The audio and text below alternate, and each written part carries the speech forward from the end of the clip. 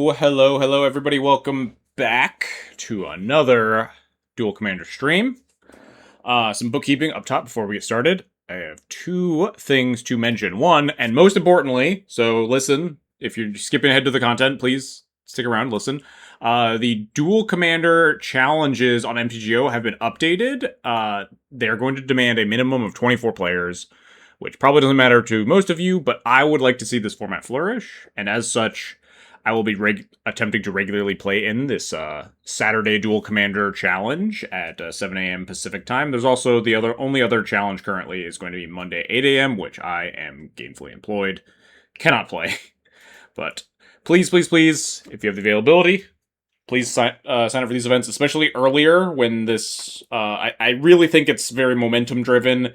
If this challenge doesn't fire, then it will continue to not fire because people will stop showing up, going, "Oh, it never fires," that sort of thing. So I think in these early weeks, it's really, really, really important. So if you play on MTGO, if you're excited about Duel Commander, and if you have the availability, please play in these events.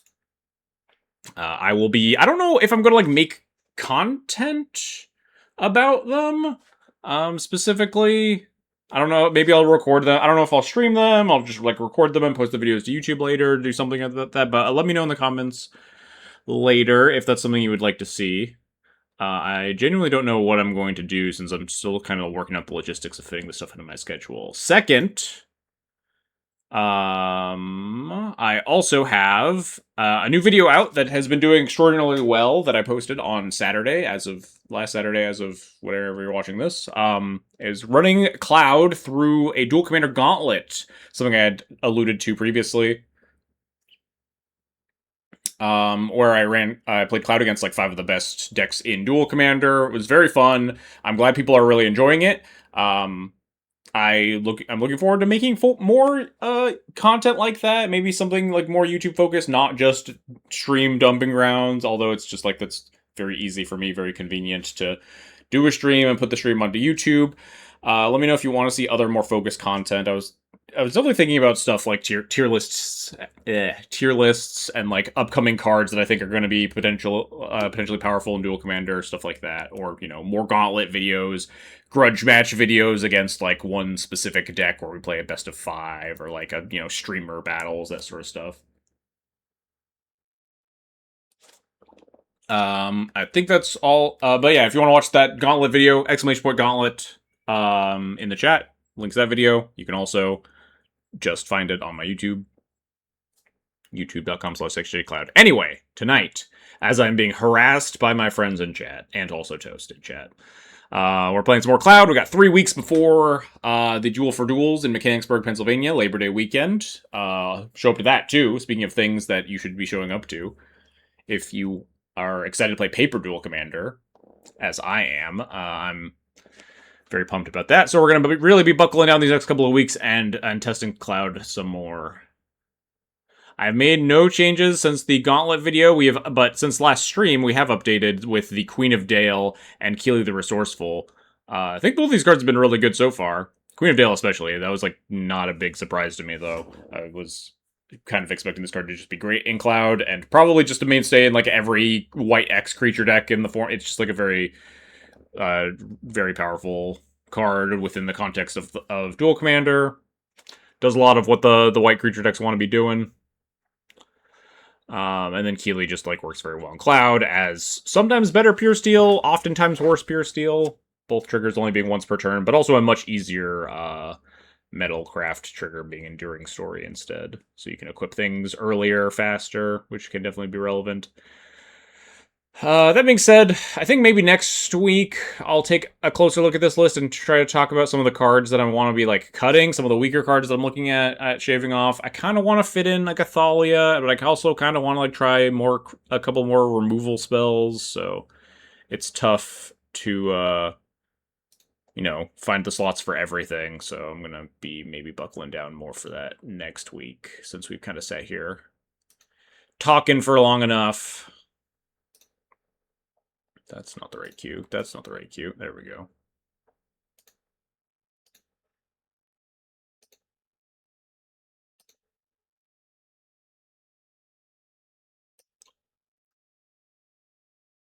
And now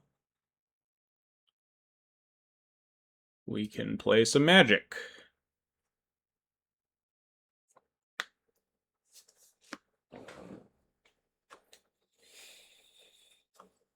But I just have been really enjoying Cloud a lot. We're like 15-0 on stream, I think. I keep getting it mixed up because there's like it's like 4 because they give trophies, but it was like Cloud, Quint, Cloud. And then there was we played Legacy last week, so it keeps getting muddled. But I think we're currently on a hot win streak on stream with Cloud. I think the deck's very good. Certainly one of the best decks in the format for a reason.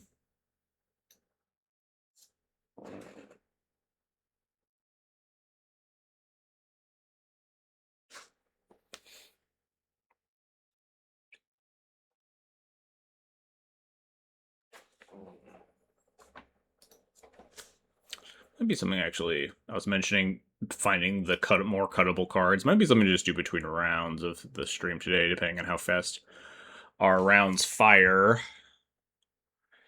I mean, part of the problem is that like I want to add like 5 cards, but I really like don't even.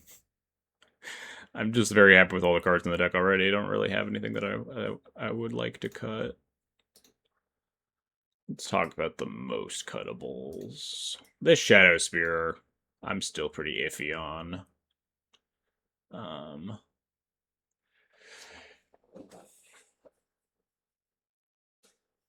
I'm blaming you for me getting a ticket. You should have called me. I should have. I was actually going to call you as a bit, but I was really busy at work that day, unfortunately, so it didn't work out.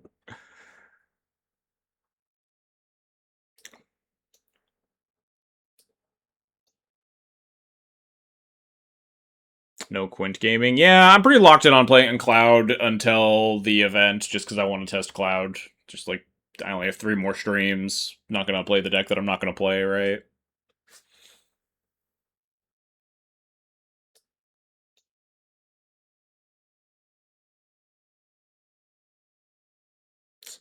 Are there any other cards that I'm like really, really willing to cut after like these? Like maybe the Cataclysm, depending on if there's a lot of Quint, but I think I'd want at least one Geddon in the deck. Oh, I should call you right now. I should call you on stream and just get everyone into voice chat. That's what I should do.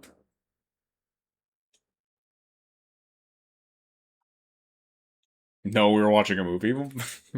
Fuck off.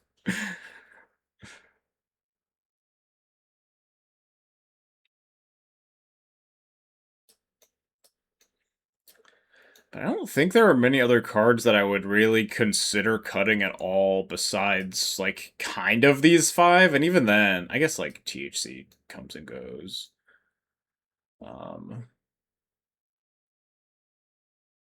all of the ones are great. Like, you could maybe argue Manatide. I think Manatide is just good enough that I'm happy with it. It kind of falls in the vein of removal spell a little bit, and just, like, instant speed 1 mana cards are going to be at a pretty high premium. There's a lot of like sorcery speed removal spells or 2 mana removal spells that you have to reach towards after that point. You could maybe honestly cut like Glimmer Lens or something. But yeah, that's about it. There are like 6 cards, and I don't want to cut any of these.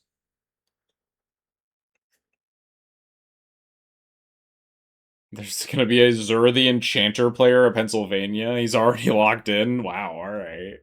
I remember when that deck was like a menace. I don't know if that deck was a menace in like Duel Commander, but it was like a very like casual casual commander like menace. Like my buddy has or the Enchanter deck, and it's just like, well, this card feels unbeatable sometimes.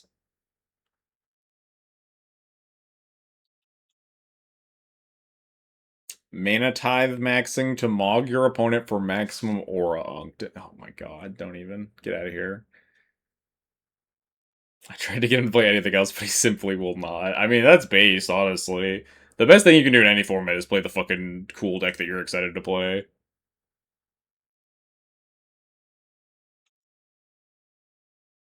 I want my instincts say that that Sir the Enchanter will not be very competitive in Duel Commander, but who am I to judge?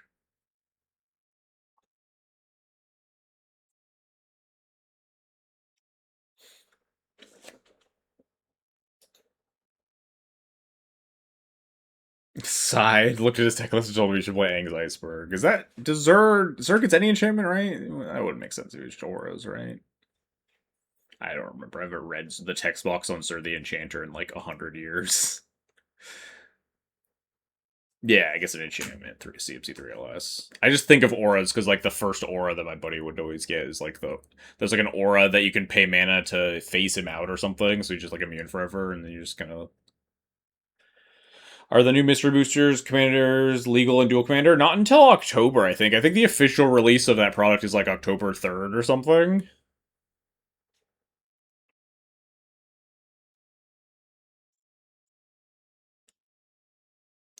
I kind of wish that they would. I'm hoping that someone makes the unluckiest planeswalker viable enough that they put it on MTGO, because I think that card had like some potential. The ability to draw up a lot of cards is definitely uh not something to be underestimated, but I do think that the cards in the format or whatever the cards in the set are largely underpowered.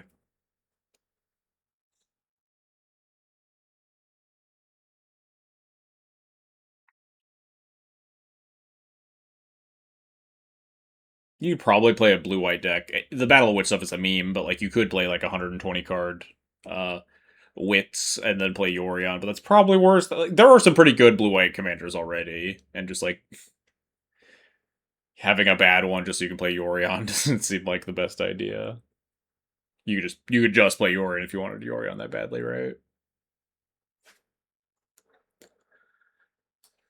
I always think about it's like this format doesn't have a lot of graveyard stuff anymore, except for the fact that we run into Professor X on a Minato Reanimator every single fucking league. I think you might be able to get away with cutting Ghost Vacuum nowadays. Like you do always have the ability to Cloud for Lion Sash, which is pretty big.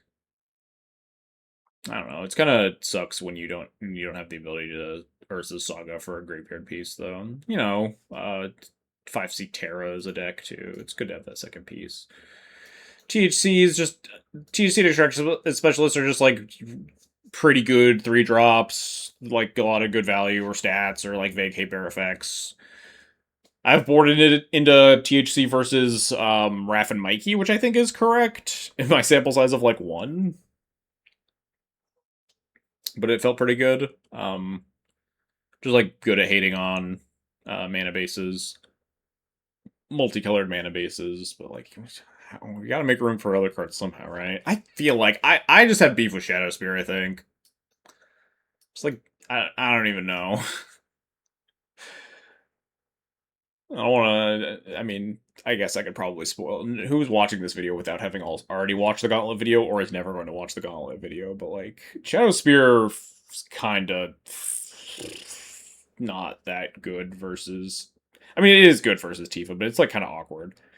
Like the evasion spear fights, I'm gonna be so real with you right now. It's Shadow Spear's text box is near worthless to me. It is solely the fact that Light Paws and Tifa exists that makes me think about putting Shadow Spear in my deck. The +1/+1 trample lifelink is just like, okay, I guess this card has text in other matchups. I'm not excited to put +1/+1 trample lifelink card in my deck. I just like draw it against random decks, and I'm just like bummed about it all the time. Just like, wow, I wish this were just a real Magic card that did things instead of just a real putsy 1 mana equipment that doesn't do shit.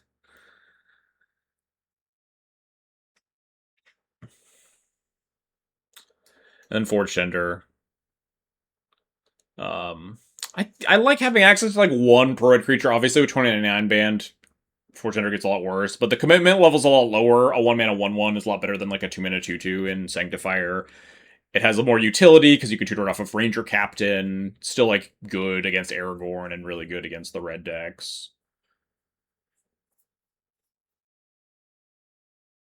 Yeah, Fortuner is probably cuttable. It's a targeted card that you could cut to play a different targeted card. Certainly. So if I wanted to like play Static Prison and Small Thalia, because in the back of my mind I'm deeply terrified of the Storm deck, and I'm just always terrified of Storm decks. But I also like kind of hate putting Thalia in my deck, in a similar vein of putting Shadow Spear in my deck. Having Small Thalia in the deck and like just to board in versus Storm, and then just kind of be. Thalia's like Thalia's pretty passable versus the blue decks at least, but you have a lot of non-creature spells in this deck too, so it can definitely be awkward. Maybe cut like these two. I don't know. We'll see. I'm just playing Shadow Spirit Urza Saga and D&T. I don't. I think I was like not very excited to play back in Saga D&T. It was like good, but it was kind of boring to me.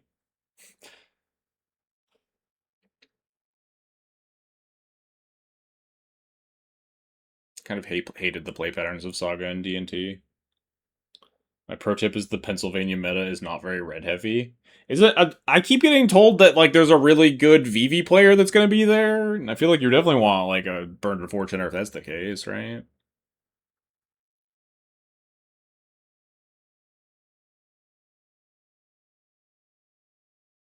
Fortune seems pretty cracked against VV.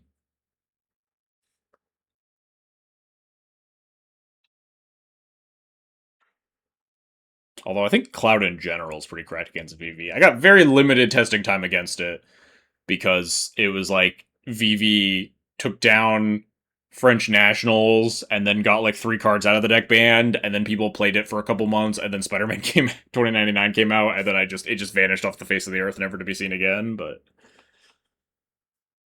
every time I played against VV, it didn't feel that bad as Cloud. That was pretty comfortable.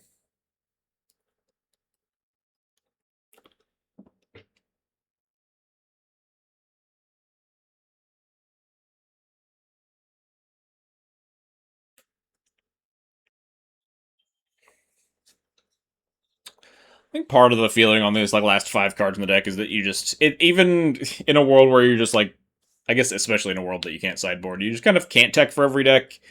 You do have to build your way out of the deck. Like currently, the deck's built in a way that's just like, okay, if we run into Azusa, we're probably just gonna fucking die. But we're teched against some other stuff, and if you wanted to tech against Azusa, you could play like 2 extra cards and have a slightly better Azusa, or a probably significantly better Azusa matchup with just like a secondary get in effect plus Hand of Vecna. Are you bringing your recording setup any chance? Yeah, I'm gonna be recording my matches. The same thing I did for the Cool Stuff Con Dallas. I'm upgrading my recording setup actually. I'm hopefully getting in new equipment next week, which will hopefully provide a better viewing experience. And hopefully I will also get it out the door earlier, but Dallas was awful timing, and that like right after I came back from Dallas, my life just went to shit, and I like had a bunch of things going on. I was like, I can't spend the time to sit and like record over 8 rounds or whatever. So it came out like a month or two after the event happened. It'll be much cooler if I can get it out the door and then like the following weeks after.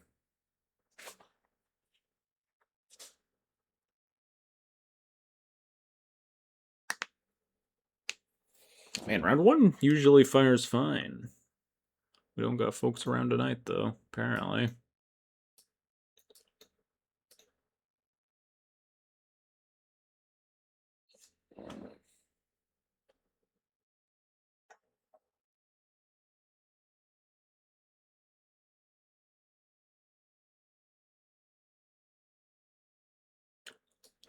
I almost am willing to put Spellbinder in the mediocre category.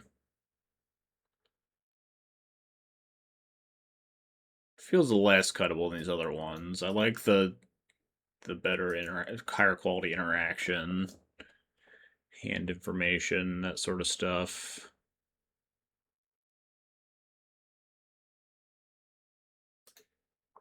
I guess part of the question is, what do I want to play exactly? Like what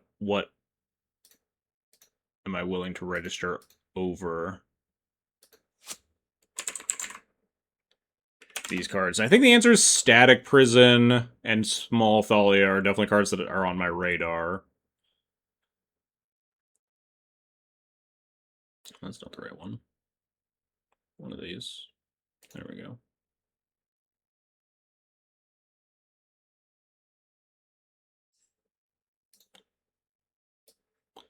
What are the other Cloud players doing? Oh, Duel for Cradle by MU as of 2 days ago. What do we got here? 90 player Cloud event? Are we cooking? Are we cooking anything here? Mind Sensor, pretty reasonable. Interrupter. Yeah, that's a card that's like revolving door out of in and out of the deck. Mind Sensor was a card that I played for like 2 leagues and it never came up relevantly, and then I just put it back on the chopping block. But it's good, especially if you want to tech for matchups like Bridget and like those like green decks that have a bunch of tutors. I've heard murmurings that Nissa is Lumra 2.0, and the Lumra players are coping well, and that Nissa's actually like a playable deck. I don't have strong insights on it because nowhere near an expert in that sort of deck. But people are certainly talking about it. Night Nurse seems mediocre, fine. Like, I don't think I'm like super in the market for another Flash creature. It's obviously an upgrade to Samwise, but is it enough of an upgrade to Samwise to make me want to play it? I don't really think so. Ephemerate's kind of whatever, fine. People keep playing a road. I keep hating a road. That's fine. Galadriel's Dismissal. Could maybe get away with that.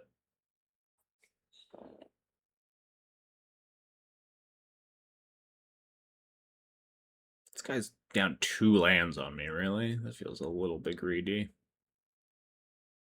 Shining Shield's gotta be dog shit. Without 2099 in the format.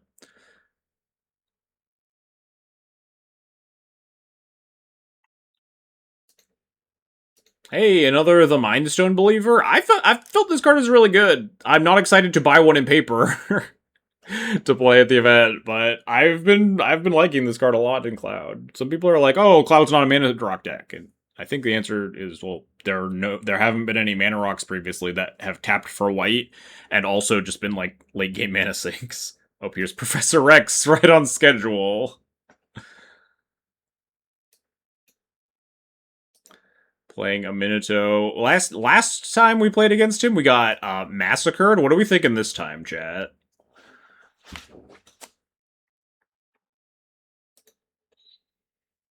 You think we're gonna get Dread of Knighted?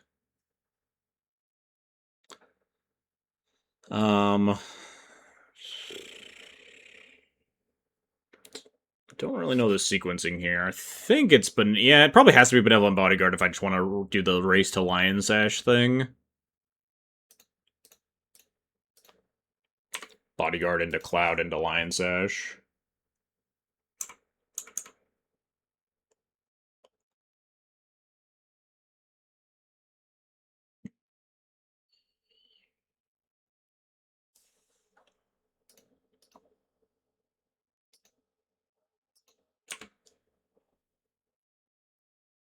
I almost want to slam Voice of Victory, because like Voice of Victory Skull Clamp's super cracked here, but I don't know, I always feel pretty naked in this matchup without access to Lion Sash. We can also just, like, Skull Clamp Cloud. Draw a billion cards that way instead. If he holds up a bunch of mana here, maybe we play Voice of Victory that turn instead of casting Sash. We'll see.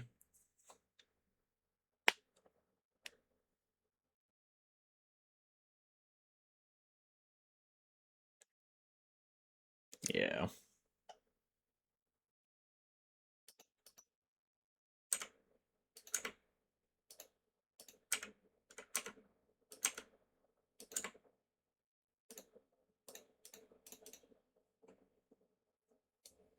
Let's play our good old Voice of Victory here. Cool. Just resolved. Excellent.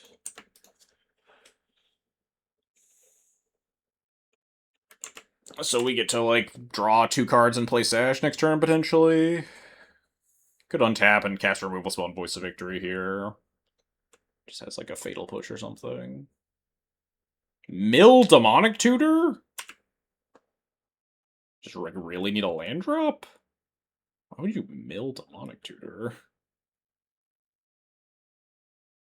Fair enough.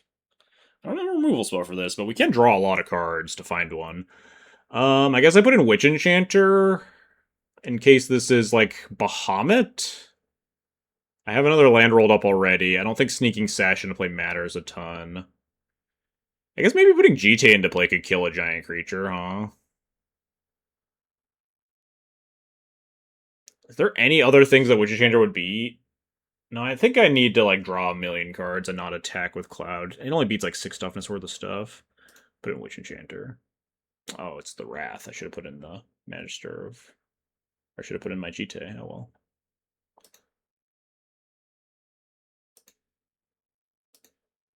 Oh well. Not the end of the world.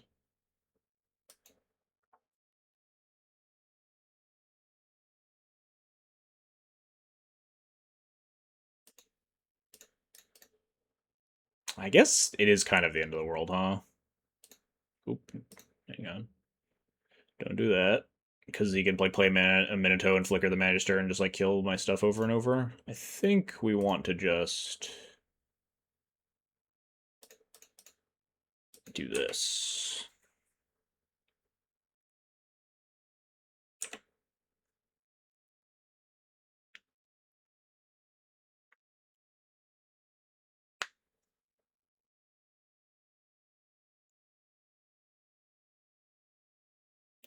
It always feels like he has Magister worth in this matchup. I don't know what it is.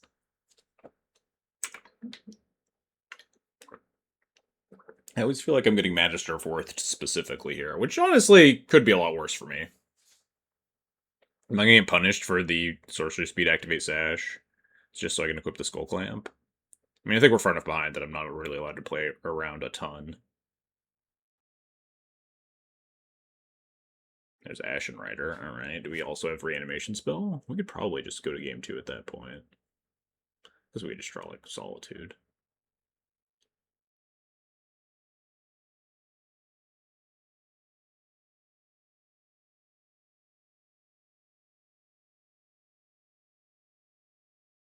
It's just a Minato. Just gonna blink Magister, kill Sash. I get to draw 2 cards.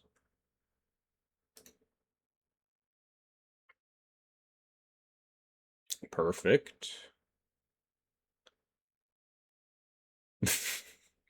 Take your pick, dog.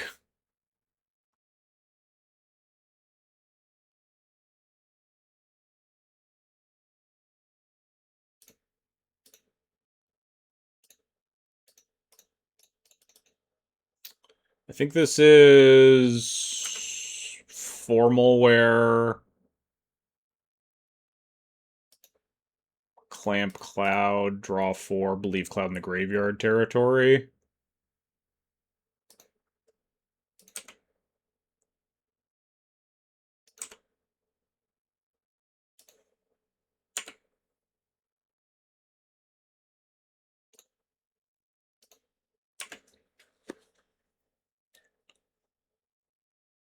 Alright, next turn I have 6 mana.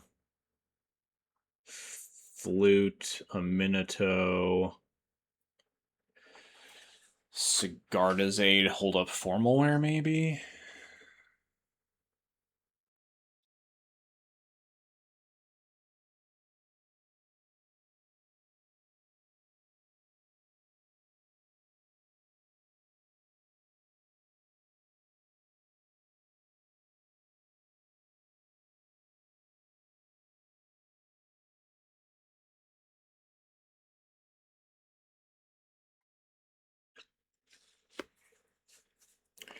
Because I don't have to. Oh, 2 cards in hand. Would I rather have the Aid in play or the Mind Stone in play? Because I could Mind Stone into Formalware.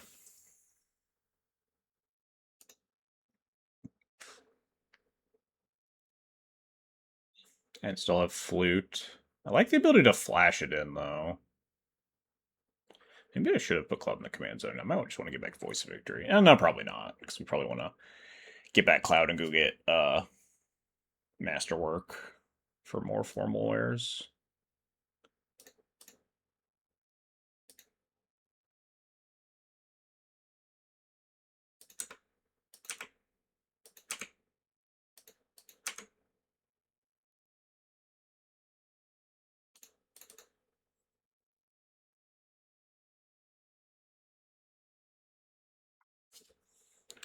A Minato. The Fate Shifter.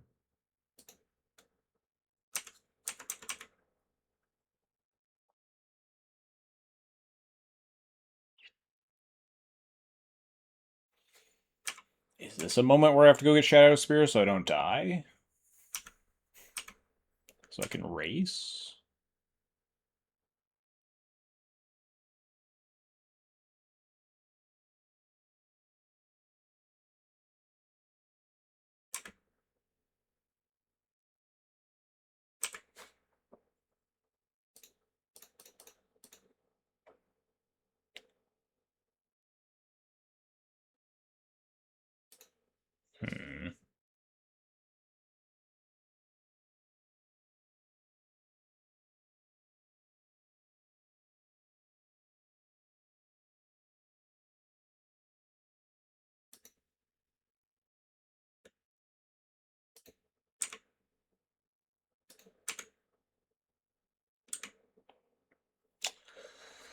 I mean, I get Sword of Fire and Ice would be really fucked up to get here, too. It does kill the frog. If he has a removal spell, we're kind of boned, but I think we're always kind of boned against a removal spell, right? Killing the frog is pretty good. It also answers the Magister down the line.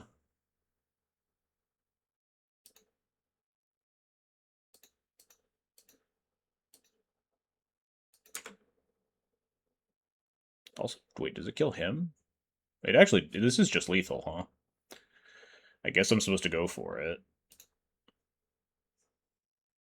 5, 6, 7, 8, 9, 10, 11, yeah.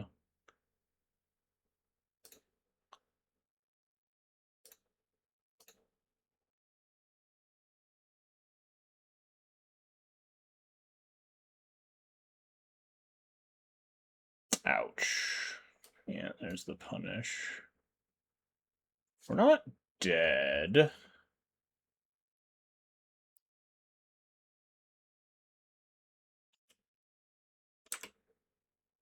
I think we're at 1 here.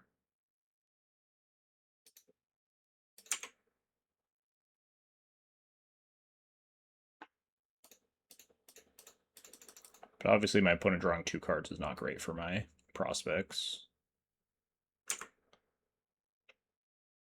Drawing a card for turn plus drawing this card. I'm just going to grab Skateboard for more chances at lethal here. The Shadow Spear doesn't matter because I think I'm just trying to set up a kill. Wait, no, I want Masterwork, I think.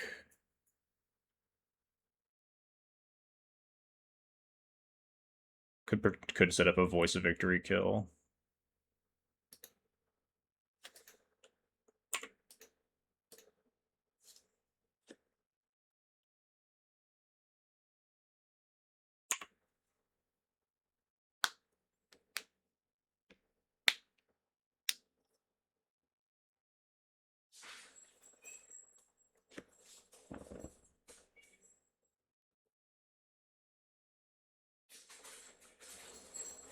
Jumps Frog. Cannot lethal me here. Even, like, just Mind Twist Self. This is probably just drawing a card, yeah, trying to find a reanimation spell or some such.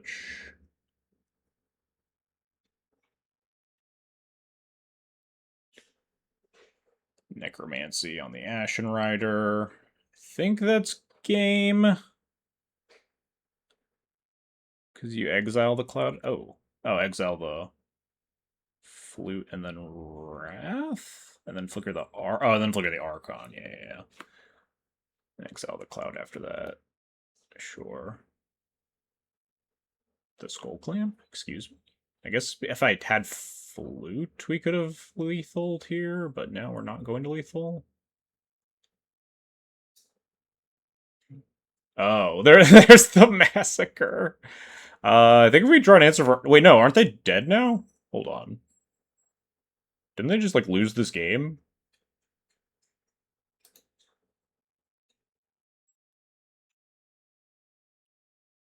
Yeah, don't they just win now? Because they massacred? Masterwork, formal work, back cloud, get skateboard down the Archon, Sword of Fire and Ice, attack for lethal?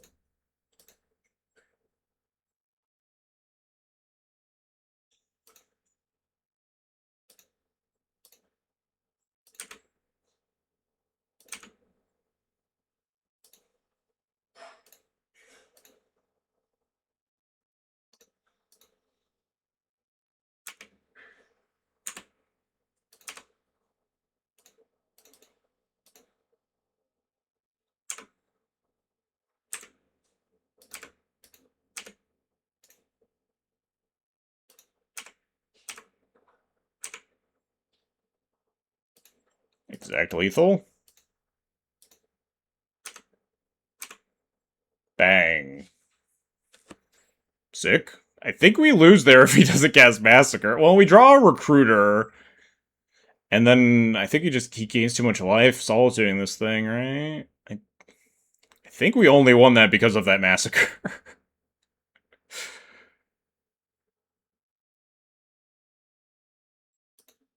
We take those. We certainly take those. I mean, also, there could have been like 100 different other decisions made on that Archon, or that, whatever the fuck is that card's named.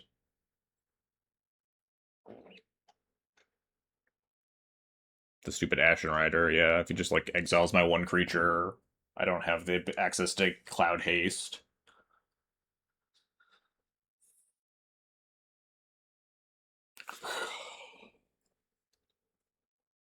Alright, cool.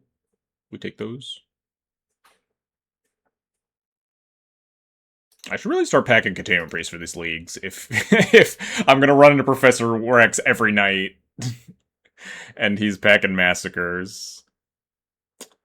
I kinda just want to keep those.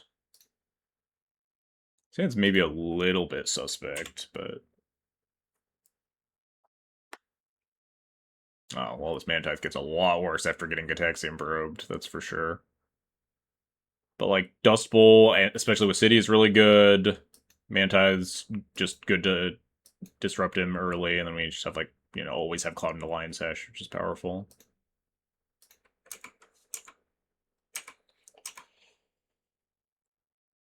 Yeah, the two spells in my hand got a lot worse after getting Gataxian probed, which is rather unfortunate. Reverent Mantra's much worse if your opponent knows about it, and Manitithe in a very similar boat. Also, like, a little bit priced into not casting Cloud on 2 because of this Manitithe. I don't know if if I really care about that, though. I think it's fine to just wait a turn. Maybe delaying myself is worse than like also delaying my opponent, but...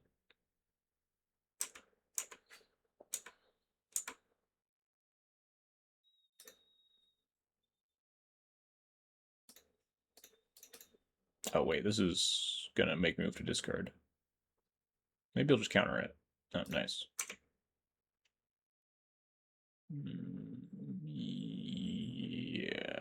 Yes. I think I maybe even should have played Esper Sentinel that turn. I kind of forgot I was moving to discard there if Cloud resolved. I'm gonna play Esper Sentinel.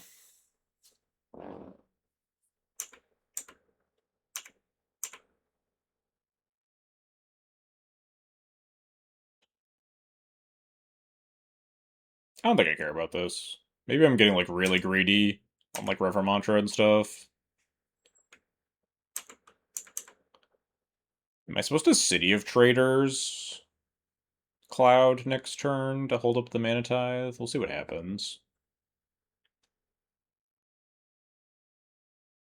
Okay, this is fine. Because we have Skyclave, yeah. Jamming the Minato around the Manitithe makes some sense after we, like, tapped out of it. Oh, that's definitely scary. Let's see, no terrifying giant creatures, please. Let's just see a good big old goose egg. Just discard, like, 2 spells. Nice, Exhume Necromancy, perfect. That is exactly what I like to see. Oh, shit, there's just a Lion Sesh. Never mind, I kind of wish they had discarded some spells now. Discard some creatures to eat. I guess not, because I'm pretty priced into casting Skyclave this turn. So yoink that.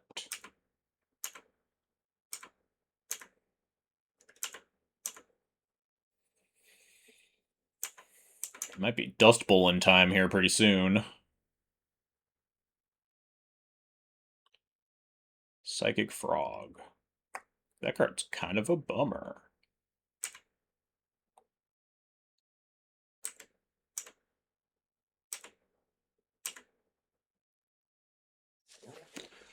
I guess I can build my own Psychic Frog if I so choose, huh? That seems pretty powerful.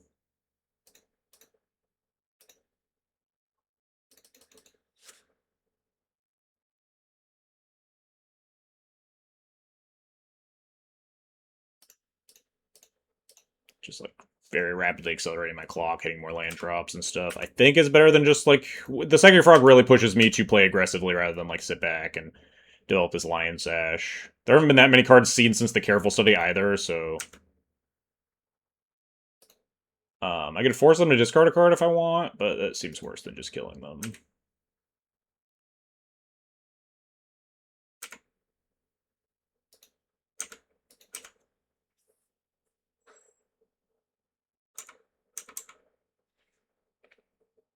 And then next turn we can develop the Sash to protect ourselves a little bit better. Do we have enough mana to throw the City of Traders and play Sash, and if a white up? We do. Oh, fuck. Well, that could definitely be worse for me. Just reanimate Lord of Change, draw 3.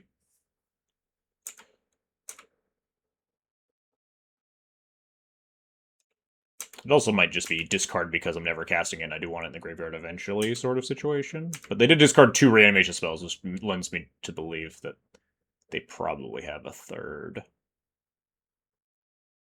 But, like, it's blue, it doesn't, like, kill a bunch of my stuff. We can just race them with the Skyclave over a couple of turns with Mantide and Referent Mantra backup. Yep, there's Dance to the Dead. Wait.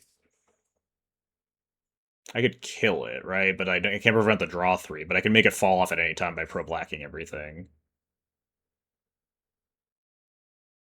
Yeah, there's no way for me to, like, sequence that in a way that I can stop it, because I have to give the creature the pro-black.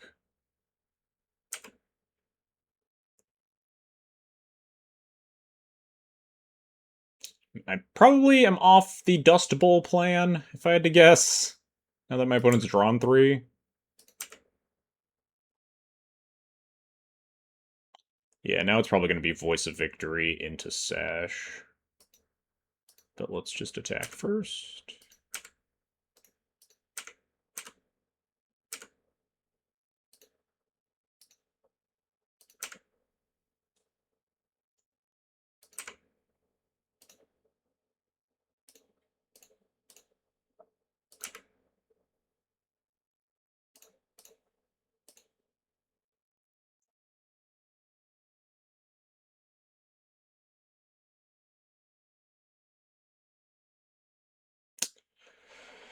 How much do I care about this versus 4 cards in hand with 5 mana left over?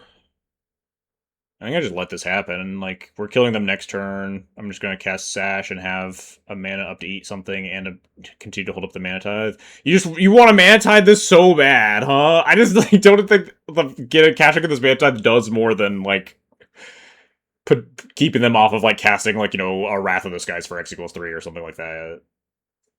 I think I just let this happen. I just don't think I care.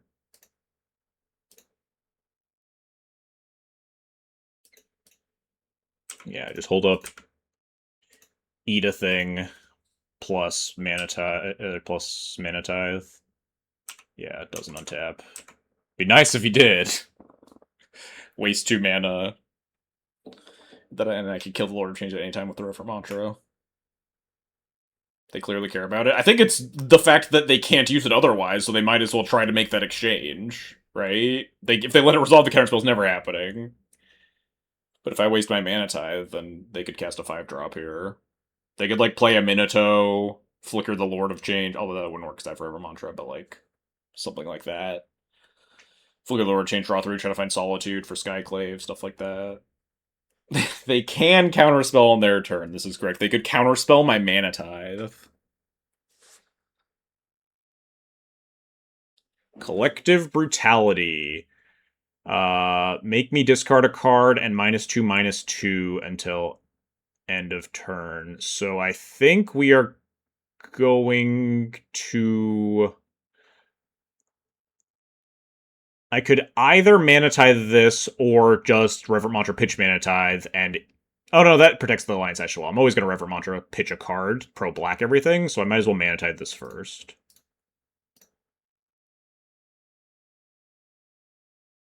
And then I'm going to pro black. Oh, pro black everything.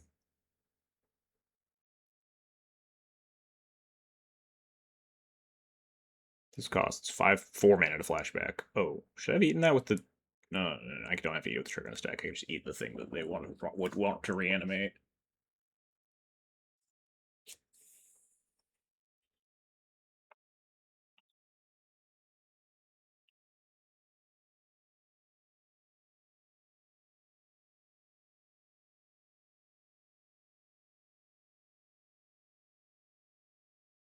Kind of surprised this action was taken before, like, Jump Frog attack or something. It's like you just want to work with maximum info. Dust Bowl, they released a 1930s Magic set. Oh, that just resolved. Cool. Really like Toxic Deluge, X equals 4? Oh, pending the Sword of Fire and Ice. I think I have Lethal, because I have Cathar Commando here. If you had to watch just one streaming service, what would it be? I'm probably too much of a weeb to not say Crunchyroll, huh? I like don't watch like Netflix or Hulu or Disney Plus enough to like really care about that stuff.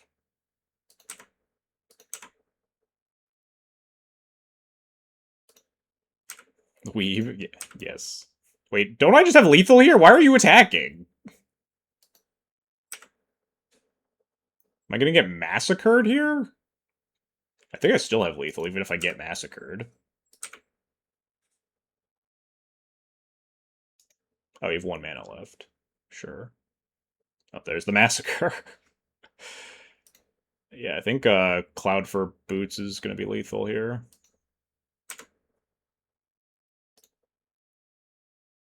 Unless your last card is another removal spell, and we don't draw a white card.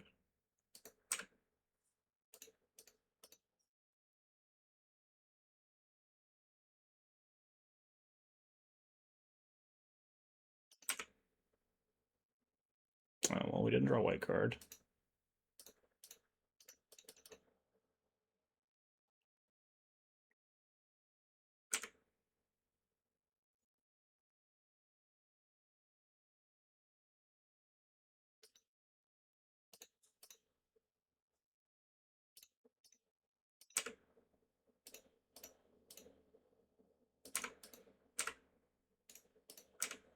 It's just that easy. Just get massacred twice, win match anyway.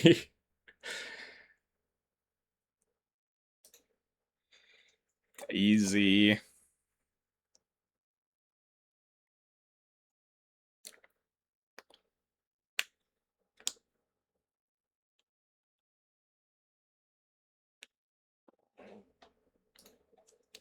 Could also make your Lion's Edge big and give your guys pro blue. Oh, if the frog didn't attack. I mean, I might not have a white card in hand. They don't know that. I guess I always have the ability to have a white card in hand by casting Cloud. So the Collector Brutality was like bait for me to, but it's like I'm not. I don't know. If I don't Mana Tithe it, then they can take the Mana Tithe and then resolve their spell. I could have just not cast it, but then I lose the Sash too. I don't know. I think I was pretty comfy there.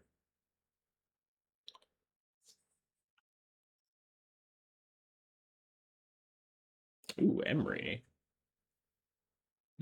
And on the draw versus Emery does not feel like it. Sort of Pro Your deck is pretty good. He should have ran Dread of Night. That's what I'm saying. I said that when we played against him 2 weeks ago and I got massacred. I was like, I think if Dread of Night is better than this card. But like the upside is that Dread of Night is a like complete blank, but at least you can cast Massacre for like 4 mana. 4 mana, like Drown in Sorrow sort of deal. What am I doing? Mulliganing this hand, I think.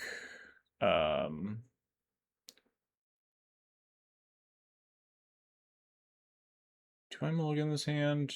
Yeah, I think it's kind of slow. Oh, yeah, he does play like loots for reanimates and stuff. Maybe you're allowed to get away with Dread of Night.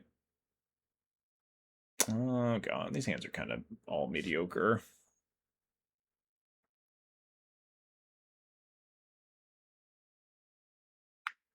What's your add-on that shows what game you're in and the score? There's like a new one that I've seen streamers use that's like looks cooler than mine.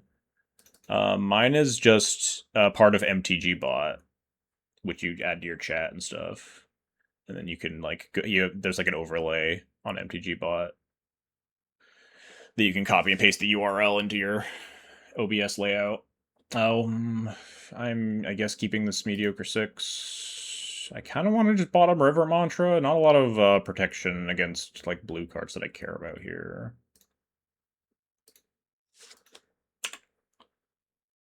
What's my favorite Tumblr meme? Can you give me some like I can't rip any Tumblr memes off the dome because I'm no longer 16 years old. I don't understand why opponent's record is available to bot. I don't know where they get it, but oh, nice, just land go.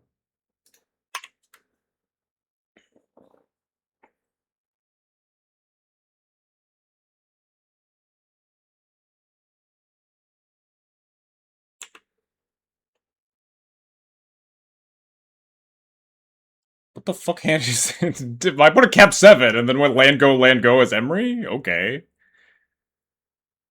I feel like if I tell you, I'll steer your answer. Spiders. Oh yeah, I mean you probably will steal my answer, but steer my answer by giving me examples.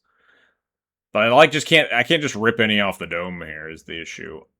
Like what is happening? I'm gonna get counterspelled? Am I supposed to leave up a demi? A demi sucks though. I'm just gonna like cast voice into a counterspell and then we can extraction specialist it.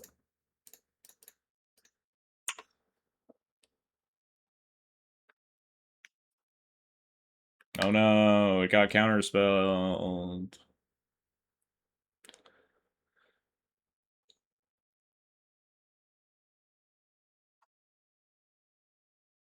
Oh, that one's annoying. I guess we could double 2-drop it next turn potentially if we want to. With City of Traders. Just sorcery speed the Ademi. Go ahead, rip your 3-mana Emery.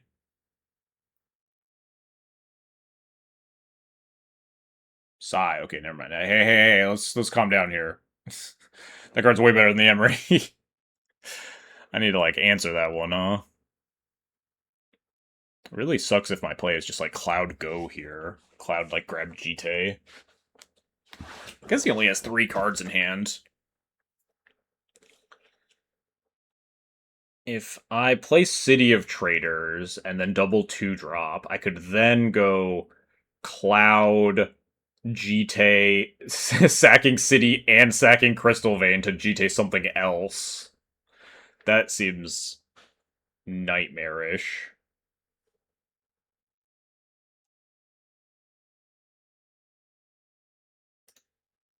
I think I'd rather Cloud.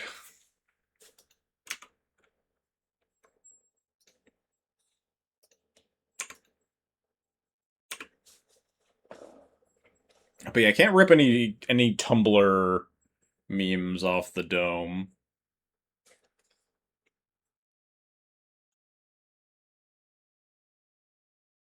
Is the fungus one? The you can't kill me in any way that matters? Is that one Tumblr? That one might be Twitter.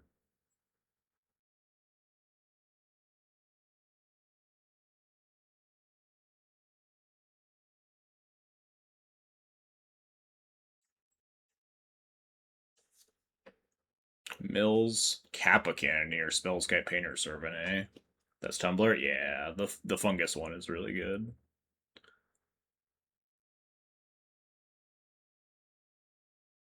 Yeah, unfortunately, I think I just have to Suicide Cloud to kill Emery, because these cards are all really juiced.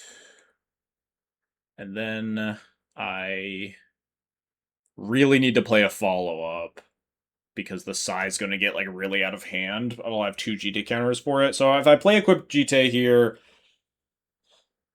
it might be a set Crystal Vein angle here, Play equip GT to cloud attack. Get blocked by the Thopter token. Use 2 counters to ping the Emery. And then cast a 2-drop, and then I'll have City Traders plus 2 mana next turn to equip attack, like play a 3.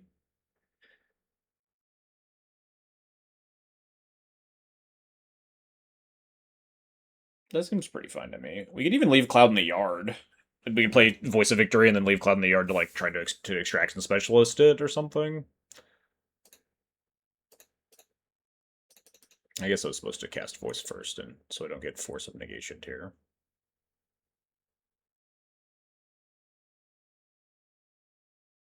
I feel really dumb in like 2 seconds here.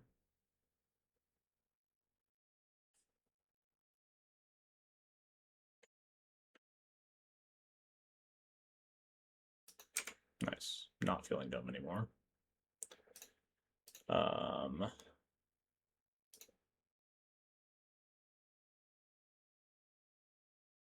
Certainly did this in a bad order. Not even worried. Oh. Huh.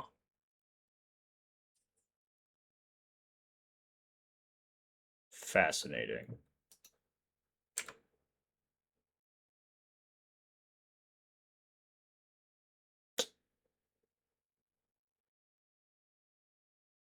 Kind of really didn't expect that to happen after my other card got countered. Or didn't get countered. My GT got countered. Don't I just, like, lose this game in a landslide? I think I'm still not allowed to kill Sai. Because they can recast the Emery here. And the Emery threatens, like, Cannoneer and Spells Guide and stuff. I only have 1 card in hand for the Sai, so I think leaving it alone to answer the Emery over several turns as I, like, Extraction Specialist back.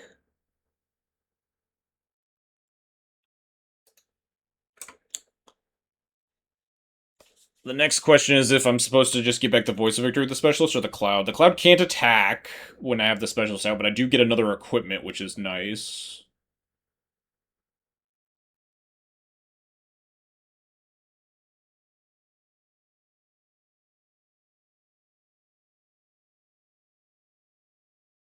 And eventually the Distraction Specialist might die to being blocked. I think I'd rather have the Cloud back. I think I'm going to do this. I'm not going to kill the Sai.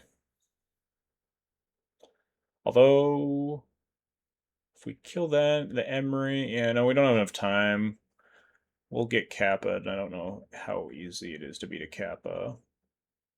I feel like he has interaction if he counters Voice. I don't know, I feel like that was just the wrong play, but...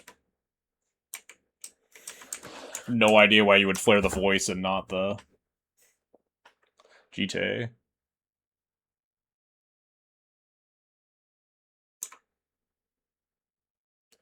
You just flare the GT, ignore the Voice, and then win with Sai Kappa. Yep.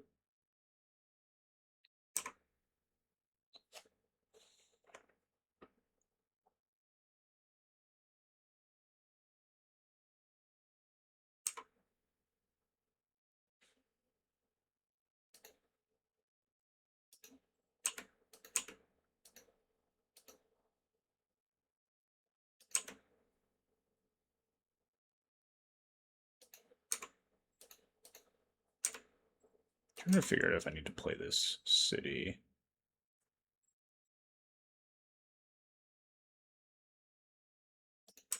Or if I need to play this land.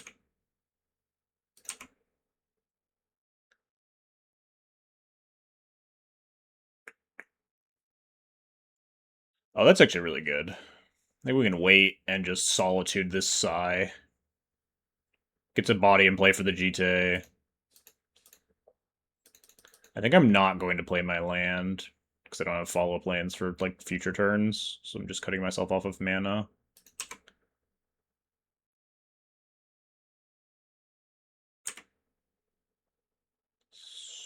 Solitude.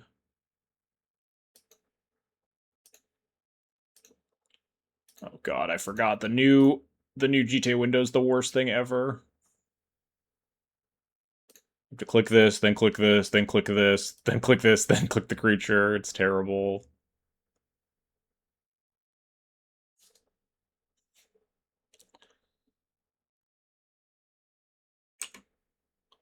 I mean, if I play a land, I could equip the GTA now, and I'd have 3 mana left over to do things with, whereas next turn, I just equip the GTA, and then I still have 3 mana. Okay, yeah, it doesn't actually affect anything. Unless I draw another land the following turn. I have 1 more mana that I can't really do anything with, so... I think it's fine.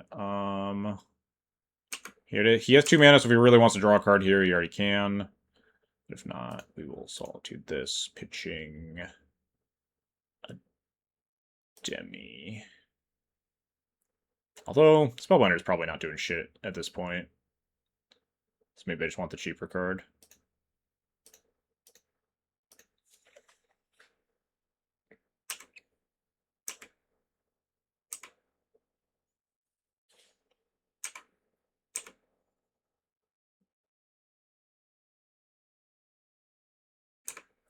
Drum.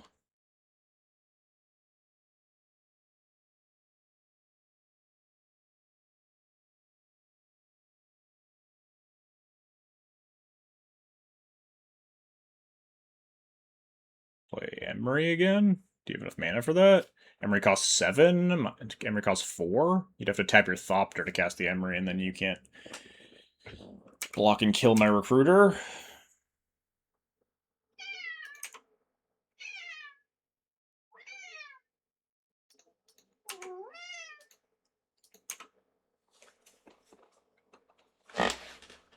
Ooh, Ghost Vacuum's nice. I can stop killing an Emery every turn.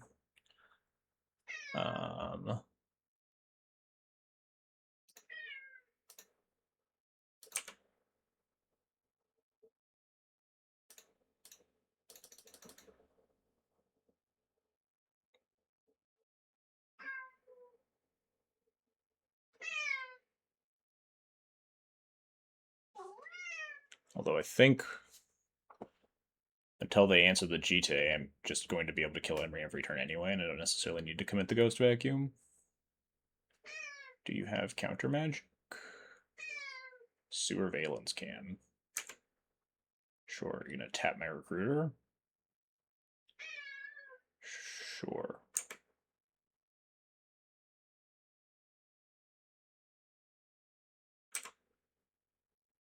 Are you gonna... Okay, I don't know why we did that now, but that's fine.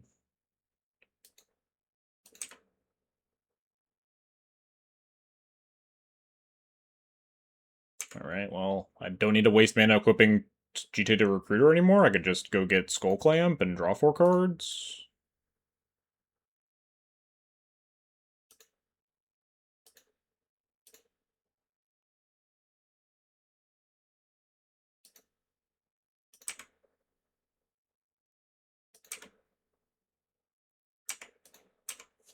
Cool.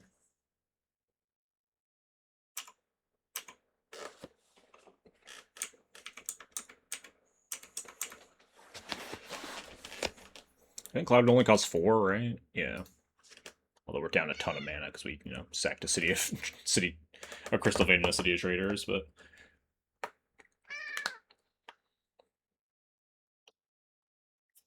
Next turn we have 4 mana. We need to do any number of things. Probably mostly involving equipping GTA and attacking, and then like playing like Sentinel and Ghost Vacuum or something.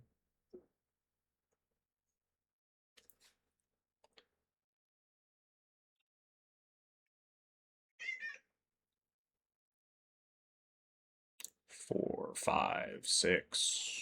There's a lot of mana. Don't hurt me. It's like a... I can't even think of something here. 8. Are we just gonna cast like a transmute?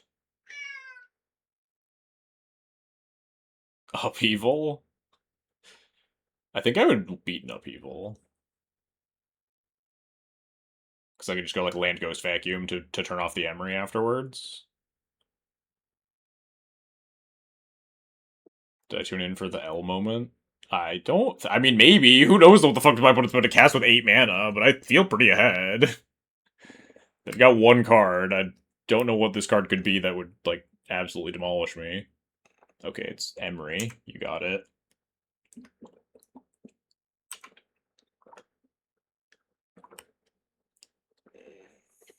And then it's draw 2 cards with Surveillance Cam. Cool.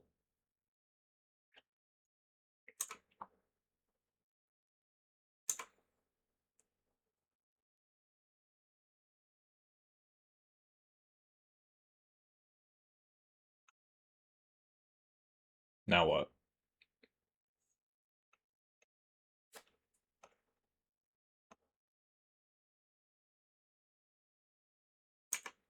Cool. You're gonna cast your one card that could have potentially answered the Jite, alright.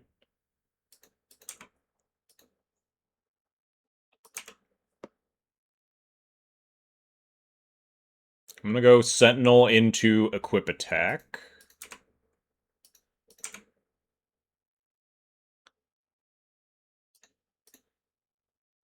And then if there's an answer for something, we still have the Ghost Vacuum.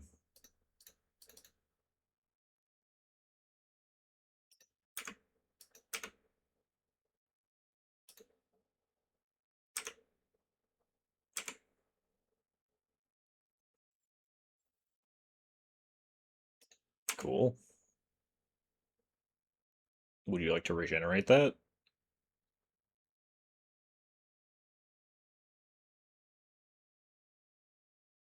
Cool. Alright.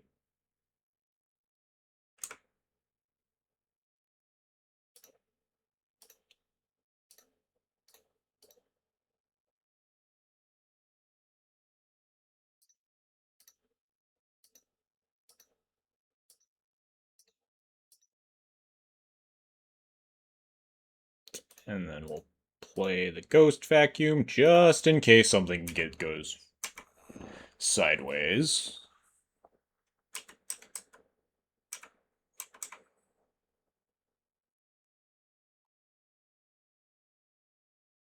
Gonna cast Emery again.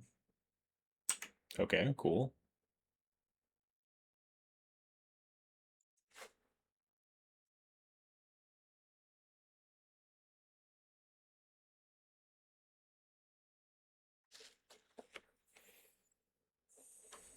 Ooh, go get an Urza Saga, maybe?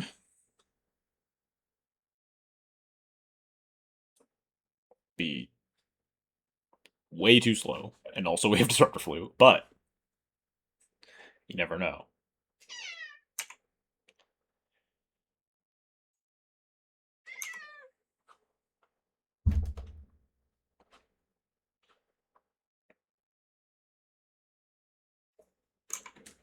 Alright, not getting the Saga, at least this turn. Cool.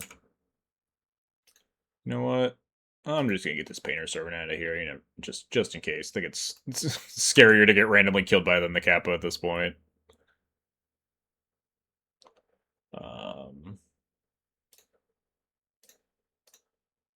Let's take a look. Just take a peek at what they got in there. An Everflowing Chalice, you got it. Cool. Okay. Now you give up? Sometimes it's just like their will's like hanging on by that thread, and you just need to just give them that last little push. What a bizarre game. The like land go out of Emery was really weird.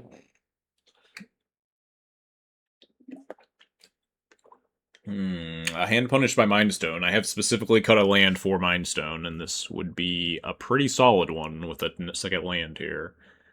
But it's unfortunately much, much, much worse with a Mind Stone. Alright, this hand's kind of cooking. It's a little bit dubious in that Ocelot Pride's pretty terrible against Emery fairly often, I would say. Maybe not, if they're like tapping it aggressively, you can sneak through. Queen of Dale seems really good in this matchup.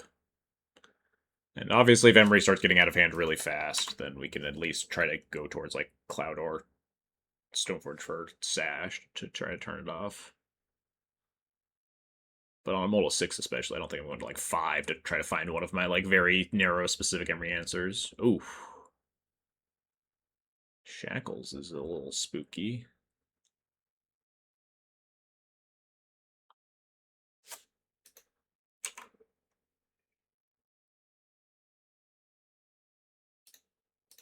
Might not be favored in this game.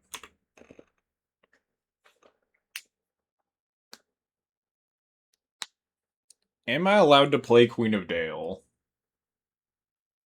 Or do I just need to play Clamp Sash? It's too slow to hit the shackles, unfortunately. So if he wants to cast if they want to cast the shackles on turn 3, which seems pretty likely, then we're gonna get shackles, and then they can answer my Lion Sash. Bauble. Into a thing that blocks my Ocelot Pride? That's cheating. That's so fucked up, opponent.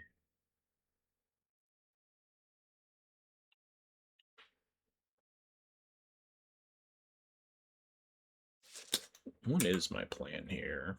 Queen of Dale towards Cataclysm, maybe? Perfect draw.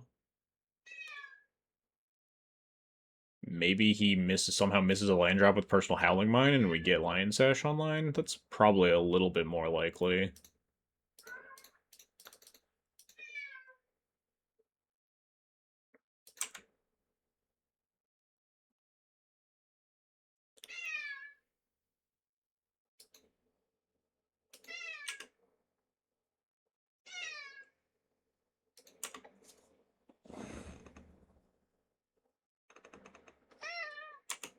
Could also just draw an answer for the shackles.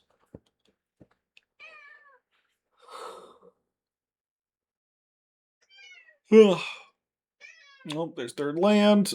Unideal. I imagine this is a pretty easy slam shackles.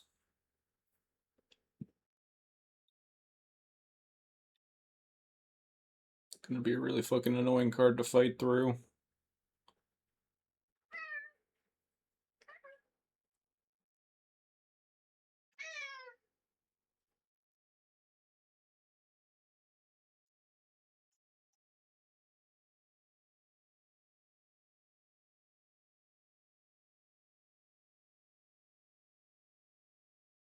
Oh, no shackles. Good. Might just be like counter spells, continue casting Bauble, you know. Can't really play around that.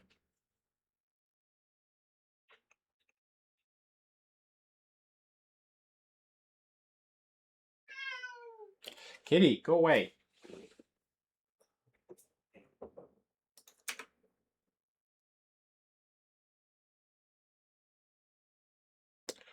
Recruit. Solitude's gonna do jack shit at this point.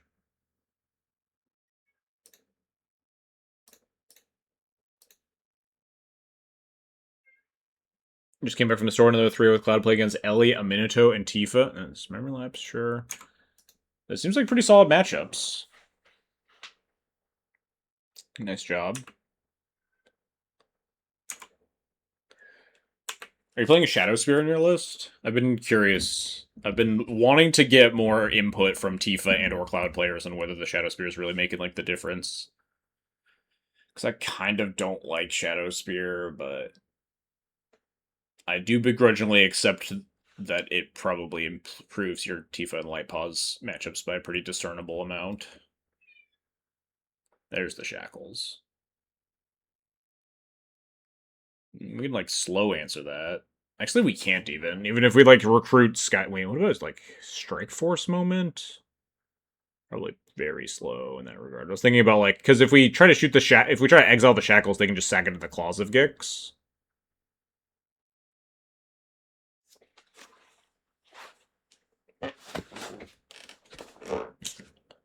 And that's unideal for me. But if I like recruit Strike Force, I could shoot like 2 things here. I could shoot the Claws and the Shackles, but then it doesn't exile the Shackles, and then just recast the Shackles. I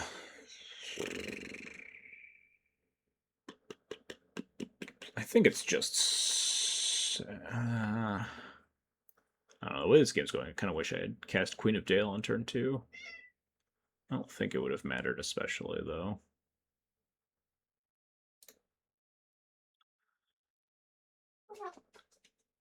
I mean, I could, like, play Sash and equip Sash this turn and put the shields down again, but protect the Sash from the shackles until the creature that it's equipped on gets answered, at least. But then my shields are down. And 5 mana, Recruiter can't answer the shackles immediately to, like, get the Sash back.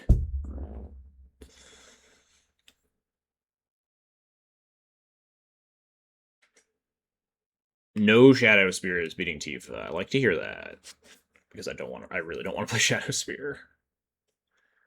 I think I'm just gonna kind of take game actions, and I don't think I'm super ahead this game.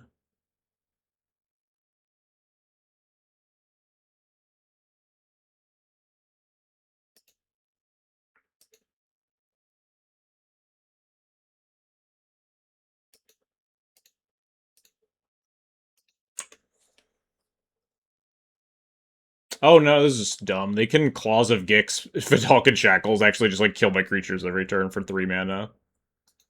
It's actually really fucked up. They can take my creature and then sacrifice it. Yeah, I think we're in the blender.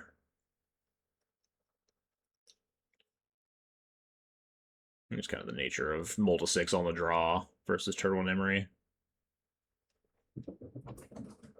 Oh, geez. All right.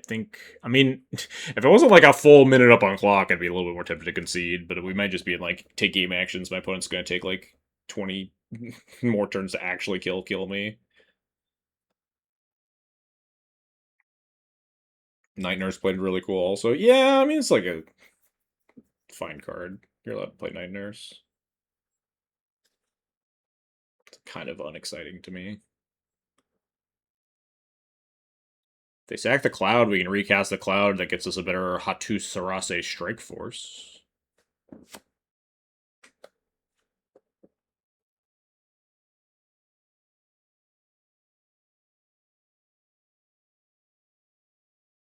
Untap Emery, cast Bobble again.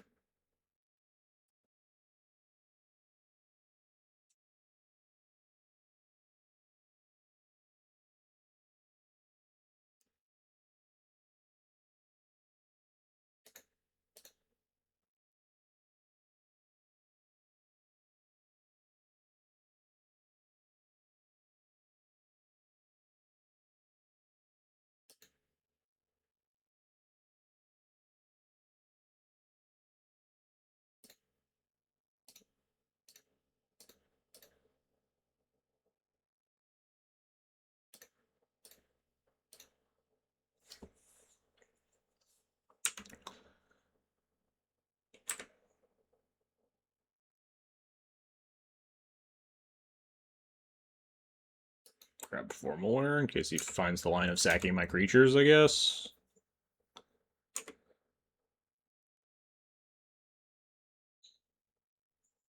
I guess with only 1 mana up, we can't... The Emery can still activate twice every turn because the Manamo. Yeah, I mean, again, I think this game ended.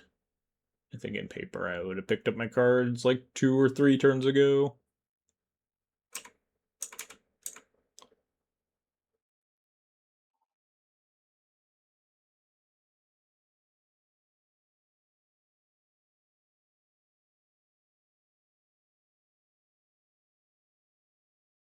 Two mana. 3 mana. 4 mana. Gonna Urza me? No.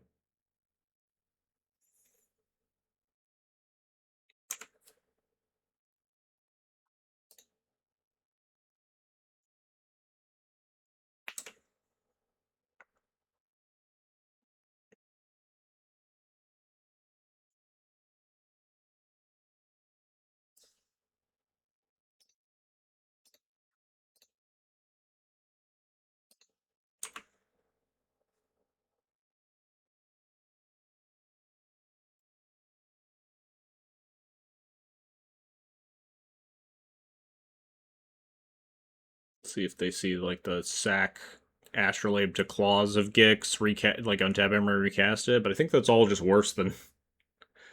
Oh, and they should have a second activator too. But they can't untap memory this turn for it and recast it.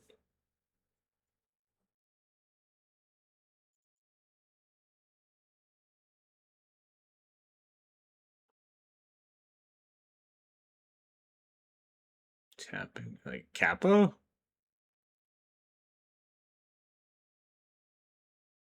We can beat a Kappa. 1, 2, 3, 4, 5, 6. Yeah, you can cast that.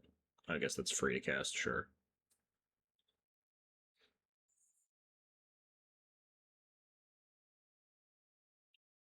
Sure. I guess, still.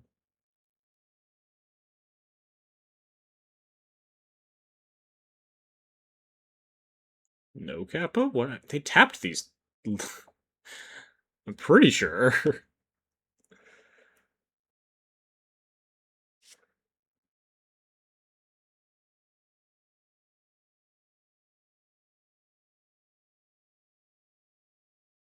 I could oust my own cloud and recast it.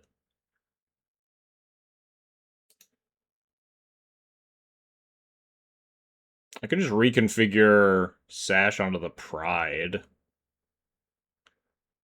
Is that how this works? Or I have to unattach and reattach it? Reconfigure only as a sorcery. While attached, it isn't a creature. Yeah, you can reconfigure onto another creature.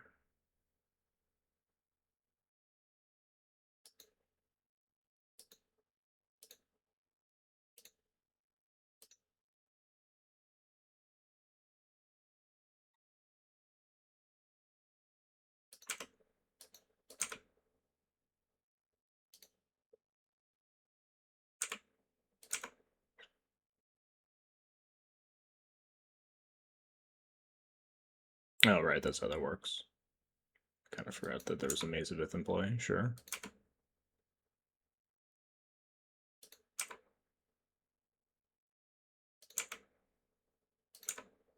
I think I'm just gonna say go here. We have 2 eats with Sash up. And we could potentially loot away the Queen of Dale and then form Warrior back into play. Oh, we got Cloud back. Cool.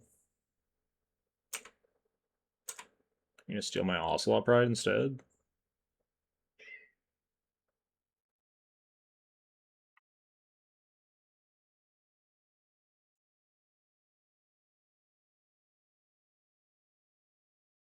Oh, we're gonna die? It's fine. We'll. Oh, wait. Hey, we're not gonna die. We're not gonna die. We're gonna discard this Recruiter and then form Warrior back and then get Solitude.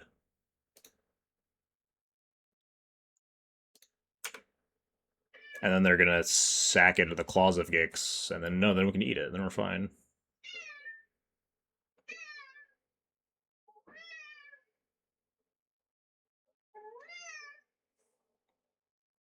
It's kind of a suck line because I wish that I could go get my Hatu Sarase Strike Force, but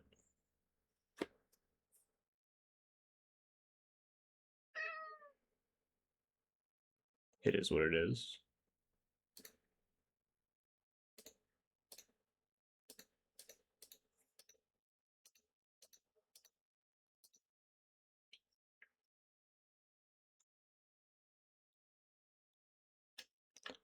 I am, for some, as of yet, indeterminate reason, not dead yet. So we will play on. My opponent's down a lot of minutes and has to play game 3. You gonna stifle me? Disruptor Flute, name Solitude. I mean, I can't do anything about that.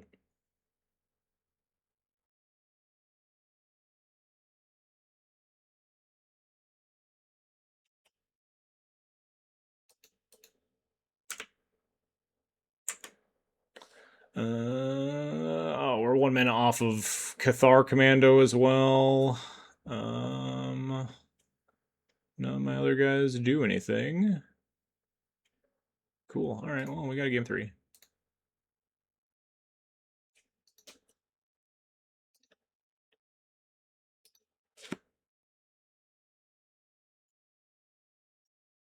think if I had just, like, remembered the Maze of Ith, we might have been able to continue playing that game.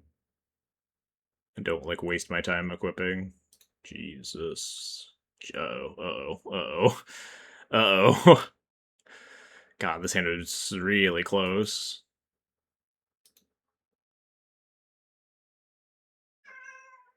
This one's really unfortunate, but it is what it is.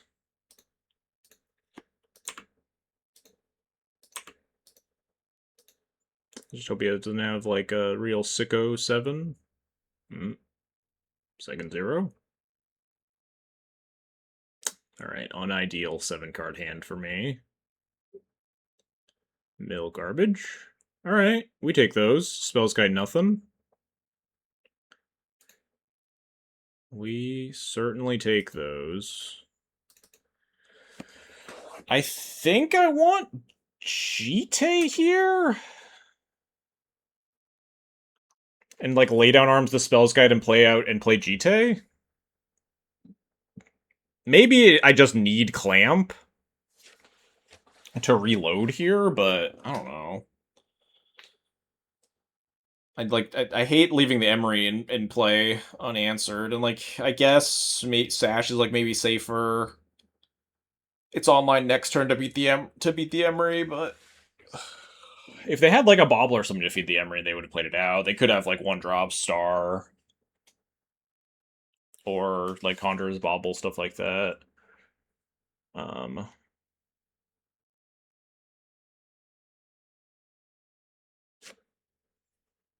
But if they play the Spellskite, then they're not getting Emery value outside of, you know, the Spellskite, and then we can exile it and play out the Jite, and then, like, the Jite just takes over the game way better. I think I'm gonna get the Jite here. Maybe Unhinged.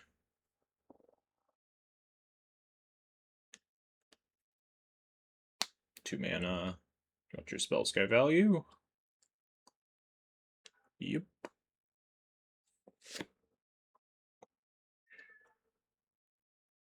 And they did have Bobble. Wow. I guess they just drew it.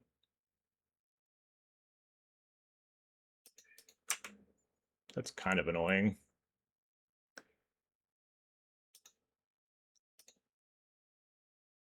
I'm gonna target this, make them pay 2 life.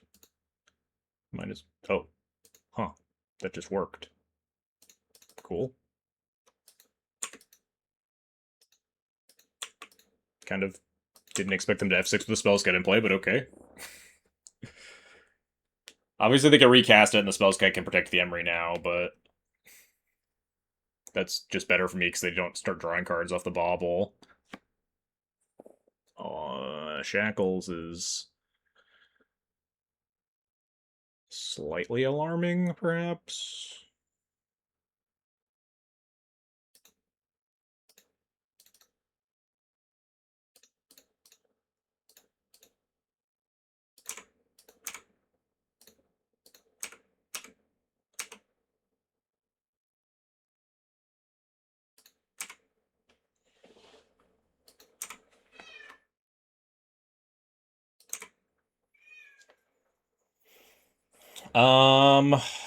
I could just wait, I guess. If they cast the Shackles, the Cloud, like, can just beat the Shackles. I can't ever kill the Emery unless they're F6 for some reason. Oh god, they found maps. They can map, Maze of Ith me, but then we have Dust Bowl for Maze of Ith. I mean, I could just, like, shoot the Spellskite now and make them pay, like, 6 life to protect the Emery. Or 4 life. I just don't think I care about that. Since I can't kill the Emery, I'm just gonna wait.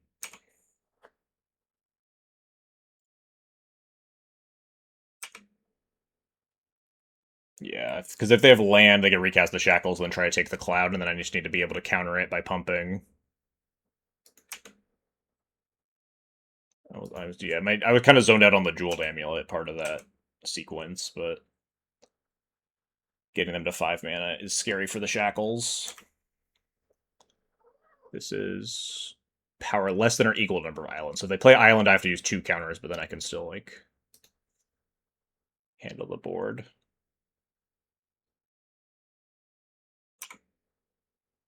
I have to pump twice.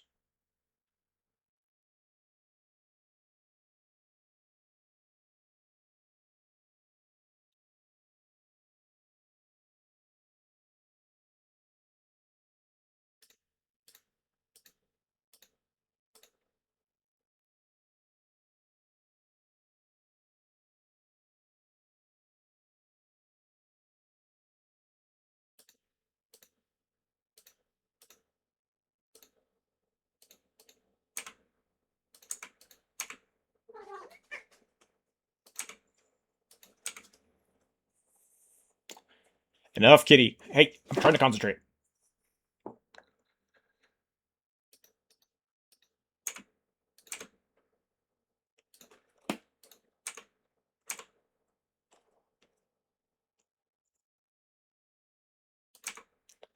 Mindstone is flickering cards I control, not I own, so I can't get the cards back here.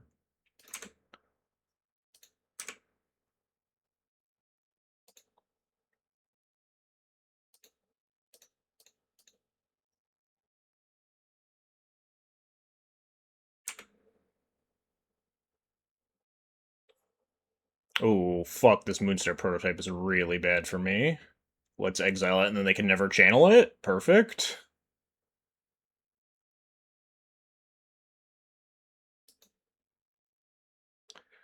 If I kill the Spells Kite, this doesn't do anything for me. So yeah, just ignore it. Because if I kill both, then I am going to get Shackles. So I just have to let the Emery stick around another turn. Treasure Vault. They're still not seeing the, like, Maze of Ith line, which is unfortunate for me. I wish they did, so I could just Dust Bowl it.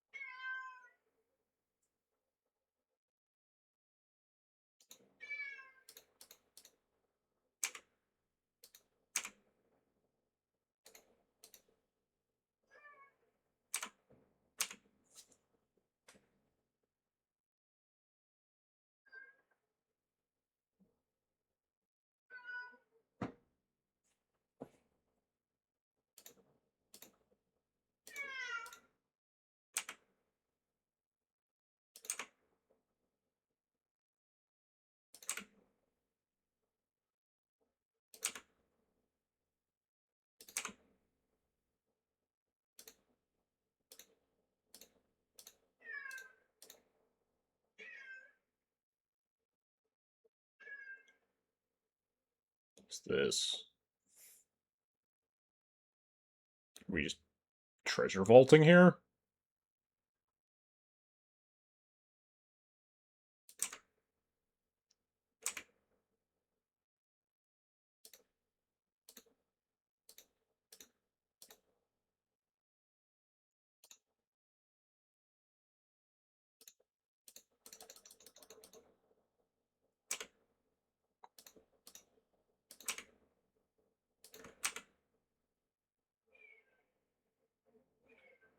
Oh, the EE.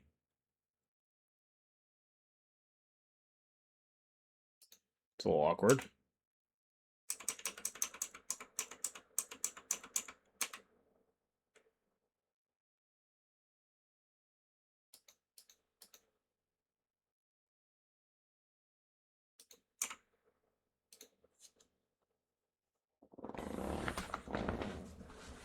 God, is it even worth gaining 14 life here? I have to click so many times.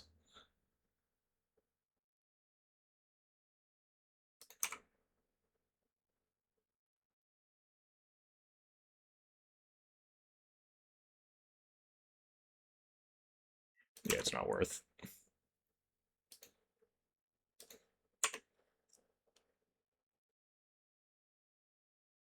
They're not. are they doing here? Oh, replaying Emery, sure.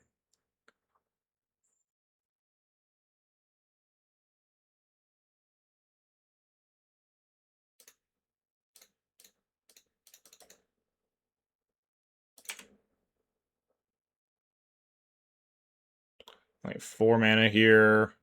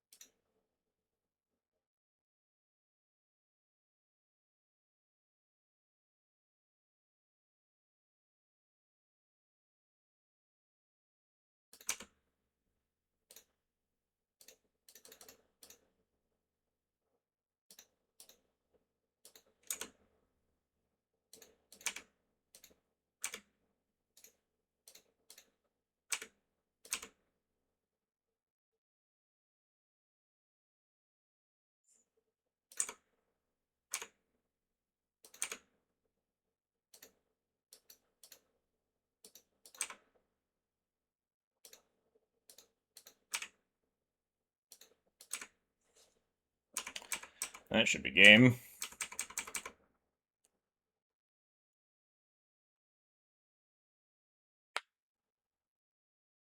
Red Sword of Fire Dice looks sick.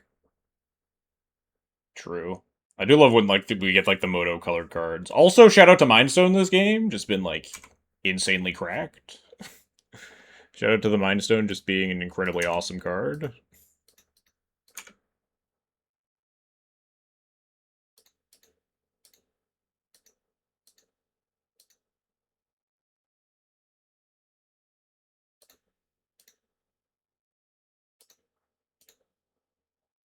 Trying to like F6 check me here. I respect it.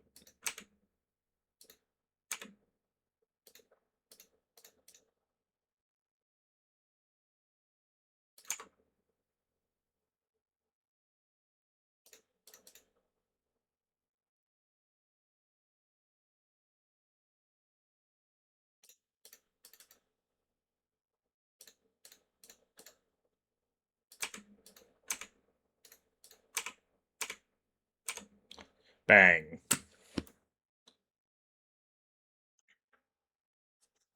At least Mindstone is like $55 instead of $70 like when I bought it. Yeah, it's small victories, I guess. We own that on Molda 5, by the way. Just throwing that one out there.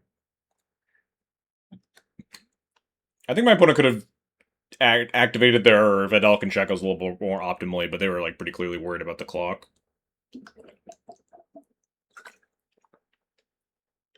I don't know how much it would have mattered in the long term.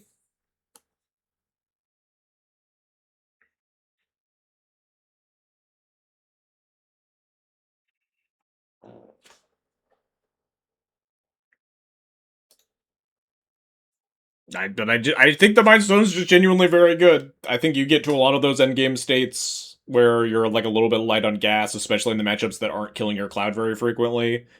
And just early game, you just get to utilize the Mind Stone as like pretty easy mana rock to weave into turns. It's like -1 mana the turn you play it because it comes in untapped. And then it's just +1 mana every other turn, and then it just has this like incredibly swingy late game effect when you're trying to like grind out those types of games.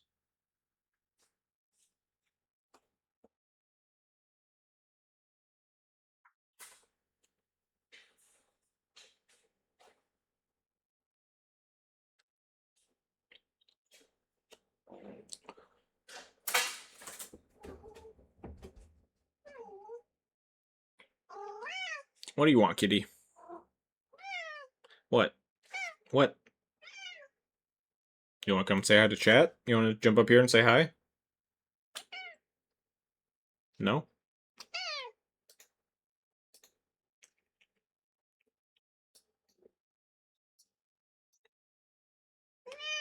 Come on. Come on. Fine. Oh, nope, she doesn't want to come. Alright. Well, I'm gonna run to the bathroom. Kitty can have attention after I get back.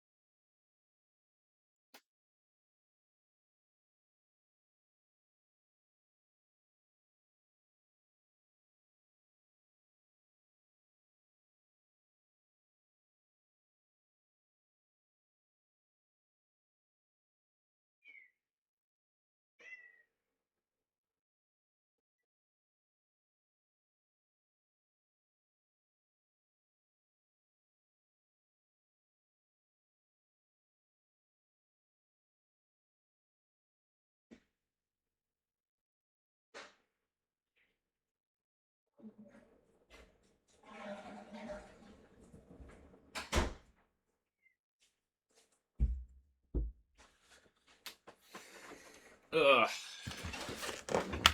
Alright, now do you want attention, kitty? You wanna hop up here? Come on, say hi to chat. Chat wants to see you, even though Dale L's not here. Dog's #1 fan. Come on. I won't kick you off this time, I promise. I was concentrating. Dog does have an incredible knack of knowing, like, the most stressful times to be annoying. Like, whenever the clock's, like, running real low in a match, she'll come in and start, like, knocking shit off of shelves. Or, like, when I'm cooking and I'm doing, like, a very important, like, very, like, attention-focused part of it, she'll, like, start trying to jump on counters and stuff. She's kind of the worst.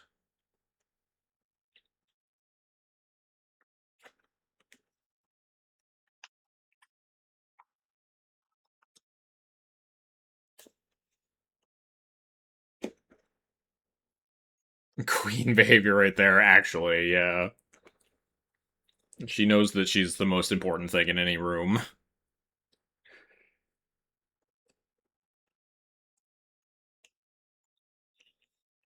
We have an automatic feeder that goes off at like 6:30.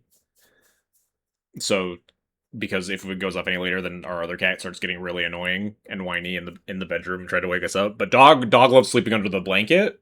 But she'll, when she hears the automatic feeder go off, she'll get up and crawl under the blanket and run downstairs. And then like 30 minutes later, she'll come back up and demands to be let back under the blanket. She knows how to get under the blanket herself. She's done it millions of times. But if someone's under the blanket, she will just forget and just be like, "Hey, I need you to let me under this. I need you to let me under this blanket." She'll just like nudge you until you open up the blanket for her.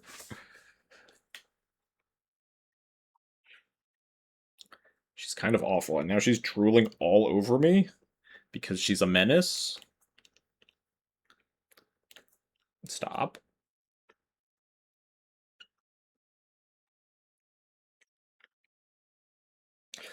I don't know. I think I'm gonna cut the Shadow Spear again. I just keep like looking at it and thinking about it and thinking about all the matches where it's like not very good, and like very occasionally it'll come up that like the trample or the lifelink is kind of nice and convenient. It's like, oh, I actually need to like punch through a creature here for like lethal damage, and I don't really have a ton of evasion equipment or whatever.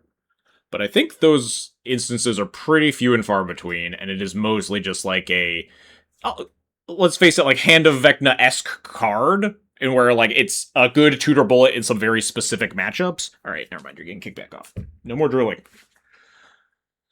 All right, blue-white Elminster, huh? I remember Zachary Hale Comstock used to beat the shit out of me all the time when I was playing more like Duel Commander challenges and stuff. This hand is pretty reasonable 6-card hand against control, so I'm definitely gonna keep. As for Sentinel, definitely like one of the best turn 1 plays you can have against blue-white control. That's another good one.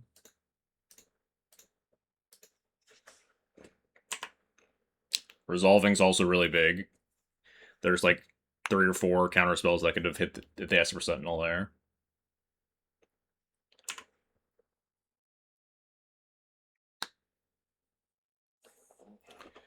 It is certainly awkward that we don't have another land, but my opponent might have to cast a spell into my Esper Sentinel at some point here. I could just jam Cloud here into the counter spell, just like get to draw a card, but I think I'm kind of fine just holding up a Demi anyway.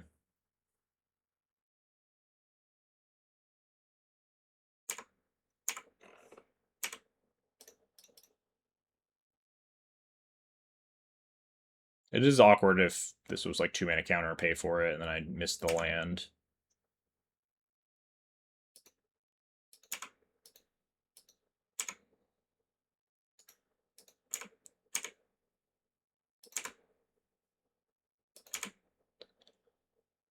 So, the problem here is that now it's 2-mana counterspell plus pay for Esper Sentinel, so I think I'm going to cast a card that's just worse than Cloud, but maybe demands, like maybe eats a counterspell. Are we getting like Supreme Verdicted? But even if we get Verdicted, we still like draw a card. And have a window to like resolve Cloud. Or like Wrath of the Skies. If we hit a 3rd land drop, it'd be nicer being able to like leave up a Demi, obviously, but I don't really have a ton of luxury of doing that. Yeah, this feels like Supreme Verdict, yep. There's another not land, perfect.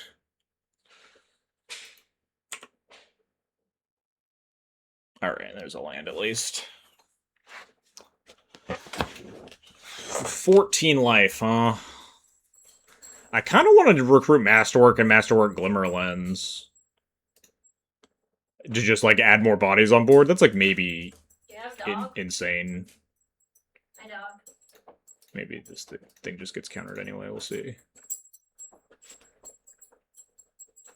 There's, like, a subtlety or something. Nope. Cool. Like, if I just get Skull Clamp and Cloud just gets answered, then I'm just going to be behind the ball on counterspells for the rest of the game. But I guess I have, like, Flash Cathar Commando untap, like Pure Steel, something like that. I'm just worried that Cloud Clamp I'm going to get removal spelled to death, but Cloud Clamp is just really, really busted. It also goes with the Cataclysm plan. It's probably just Cloud Clamp. I don't want it. What if I put it in your chair? I'm good. This is like Slam Elminster turn. We're kind of fucked if we miss the land drop, I think.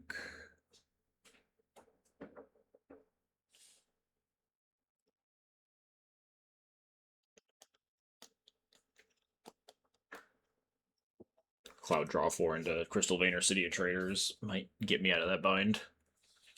But that's pretty low odds. But we could also just rip any land and slam the Cataclysm, blow up the Elminster, and Stone Rain them 4 times. No, I should not F6. I have a fucking River Mantra in my hand. What did I learn from the last opponent with their Spellskite?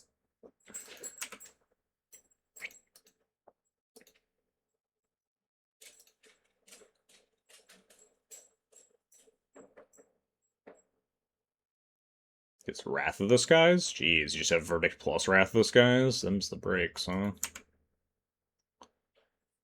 Can we draw land here? Can we just draw land? Can we rip land 4 off the top so I can slam Cataclysm? Of course not. Well...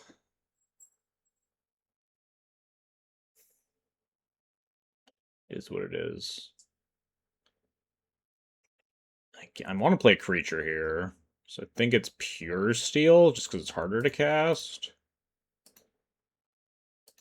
Doesn't let me leave up March of Otherworldly Light, if that ever matters. If this is the Elminster turn, we still do have a window to draw the land for Cataclysm. Yep.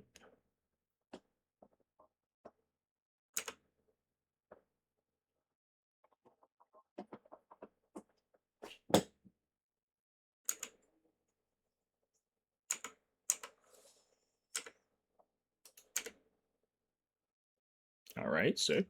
Not dead. Hopefully no... I'm not even going to name the cards. We're just going to cast Cataclysm, and it's just going to resolve. Because they don't have it.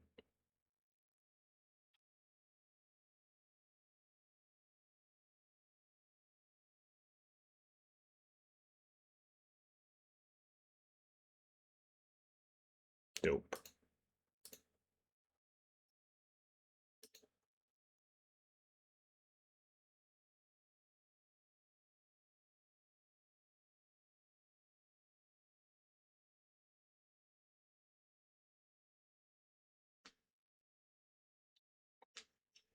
We get our second land. We have got the Flagstones Wombo combo.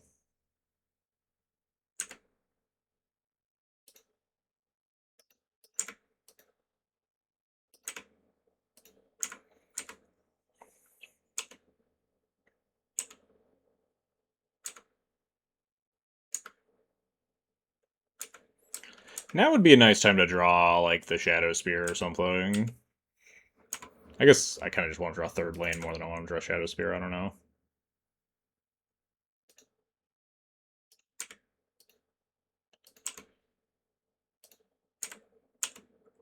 I think I'm just going to Sorcery Speed Cathar Commando here, just because it's way more power in play than playing Keeley. And I want to Sorcery Speed it so I don't get hit by, like, 2-mana counterspell. Like, we have 2-turn clock here with Reverent Mantra backup.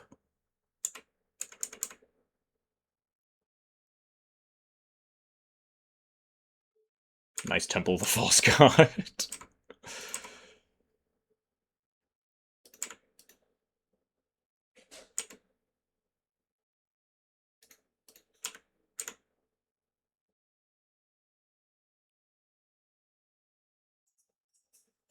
We have March if they have, like, a weird Flash blocker. Okay, they just have Flash Solitude. Oh, wait, I think I'm just gonna Reverent Mantra this. They have 3 cards in hand. The fuck is this? Is another sweeper? Jesus.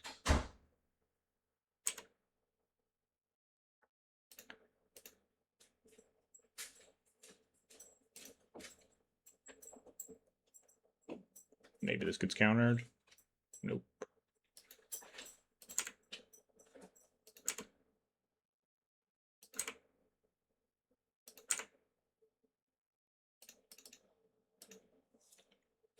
Go get him, Queen of Dale. Sure.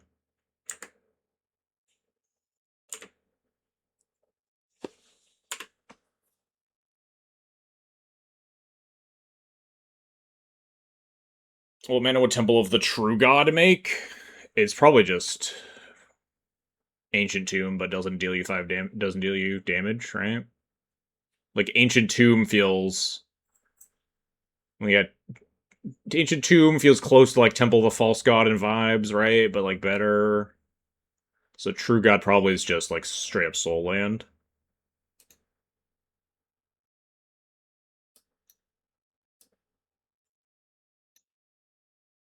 Temple of the True God. That's just yeah, see, it's just a Soul Land.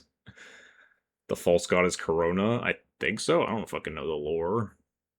Winning game 1 on the draw. Wait, were we on the draw? We might have been on the play. Winning game 1 at all against Elminster. I think this is like one of Cloud's worst matchups, but we got to like steal that one with the Cataclysm. Dust Bowl is certainly a tempting draw to this matchup. I'm not gonna lie. Just straight up this hand and Dust Bowling my opponent like 4 times is not necessarily a bad plan. I don't know if it's... They mulled to 6, though. Just like land, Cloud, get it countered, find a 3-drop or whatever, just start Dust Bowling. Fuck it, I'm keeping this hand. You can't stop me.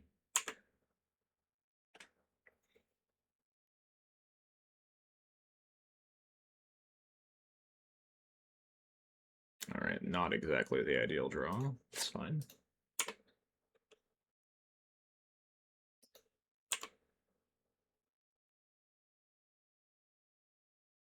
Tapped. Do you just have Mana Tithe here?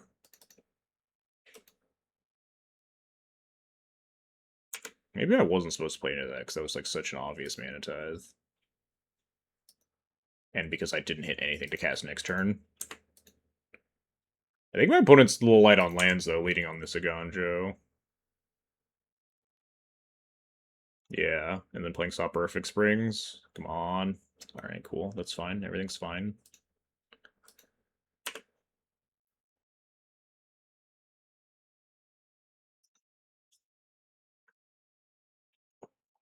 Cycle Miscalc. Yeah, my opponent's definitely trying to hit land drops.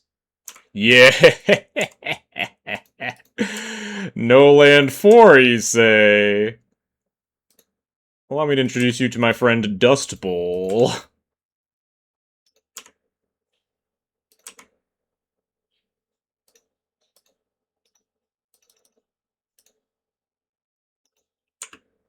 Light on land because they're all on the top of my deck. Yeah, apparently.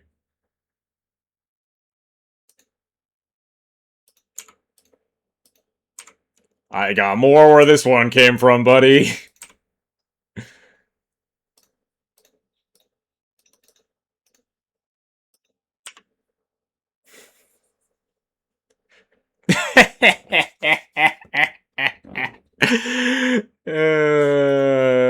We got him.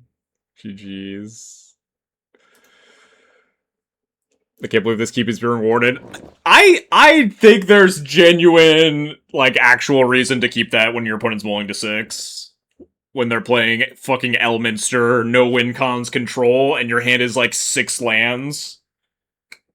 I think that's definitely a defensible keep. If they had like snapped off 7, it does become less good, but like that deck needs to hit so many land drops, and if they just like are a little land light, you just get to instantly win the game. You're on the draw in a bad matchup. I think there's like a lot of reasons you keep that hand. Honestly, better if the Source of Plowshares was the 7th land. And we drew like Seam Rip, Shadow Spear, just like 2 blank text boxes that would have been better as even more lands, but you know, didn't matter because he missed land 4.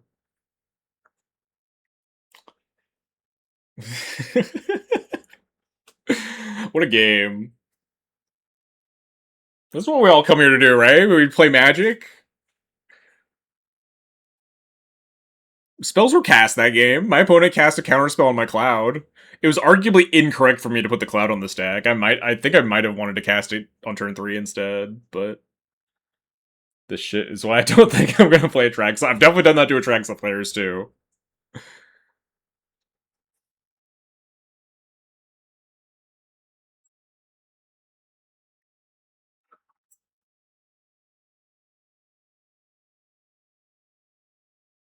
You know, there is a deck where you'll get to Dust Bowl your opponent out of the game. Yeah, it's called Cloud. You just saw it. What are you gonna say? Tell me that there's like a Landseer deck that can Dust Bowl more consistently and more oppressively than that? I don't know.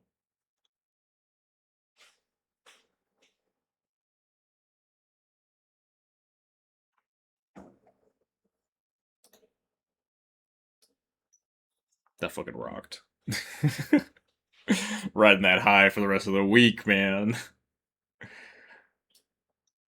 Those games are always a treat.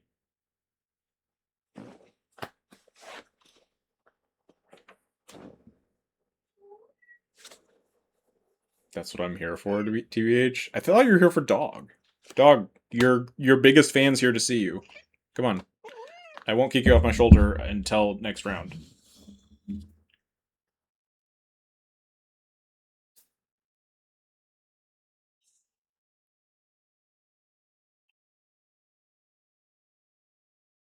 She's not even climbing on my shoulder. She's just rubbing her face on me. She does love rubbing her face on my beard because she loves being scratched.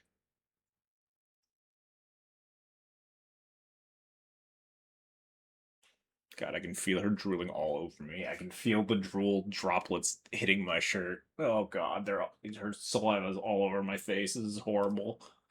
Why did I agree to this? Drool. Ah, God. There's so much spit. Ugh. You nasty baby. Oh, God. Ugh. Jesus. Eat his face, dog. All right, she's gone.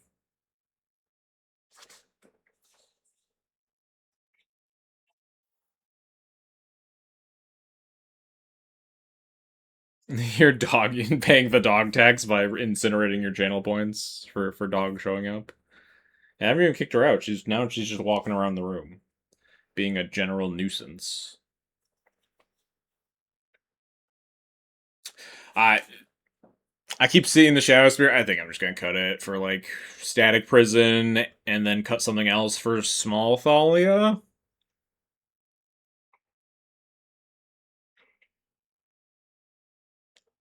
What's the worst card in this deck, chat? In your opinion, you rattle off some of the cards that you think are like the least exciting. I think these are the ones that I've pulled off to the side here. Although Cataclysm's never mind. Cataclysm's a goat. We never cut Cataclysm. Also, if Cataclysm ever gets cut, it's just I think this deck has to play like minimum one Geddon. I just like Cataclysm the most now because of Quintorius around. You think Cloud is the worst card and I should be playing Felia. I see. Definitely not a take that I haven't heard before. Forge Tender is the most mid. Yeah, I could definitely see that. I think the Forge Tender matchups are largely good is another reason that like you don't need the Forge Tender. Is that even though like you do, it is like fairly low opportunity cost. You have like a couple of tutors for it. The Ranger Captain makes it a little bit better. Your red matchups are mostly really good. Your red X matchups are also really good. Big Thalia, yeah, I agree with these.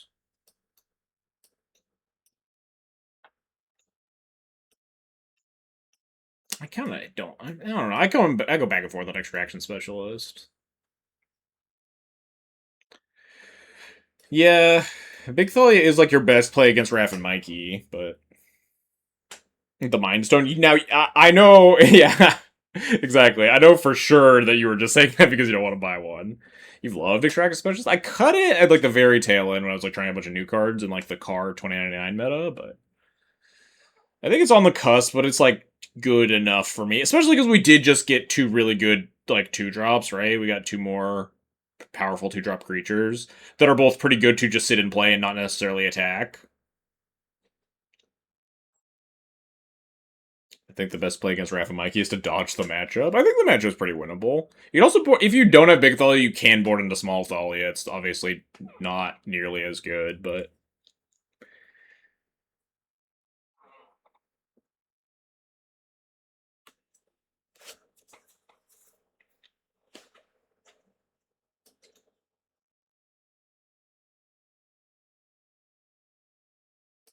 I think just cutting these for like Small Thalia and Static Prison feels pretty good to me.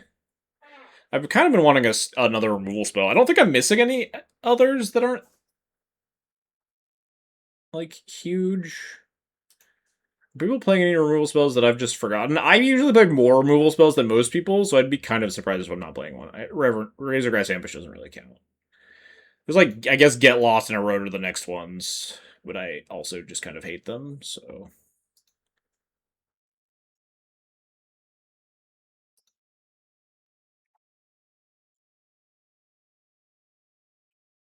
Everyone always just playing the Sword of Feast of Famine. I don't know. I think this card fucking sucks.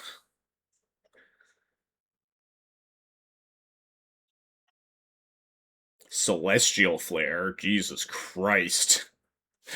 What are we doing with that one?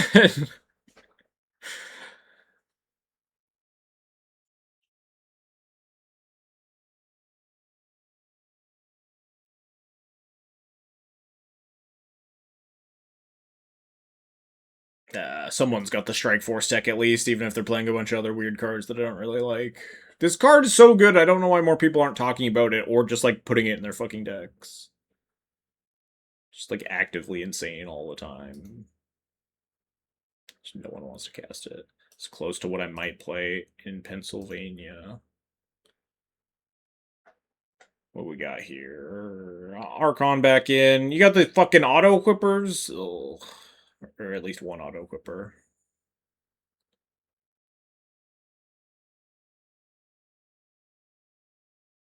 You got just straight up Winter Orb? Is this not Winter Moon? This is a typo? It's just straight up Winter Orb and no moon? That can't be right. It's supposed to be moon? Alright, yeah. Oh, we're playing against our good friend Duelcom US. Lonus, huh? I haven't heard about this deck since since the Nadu ban. I really don't know what to expect.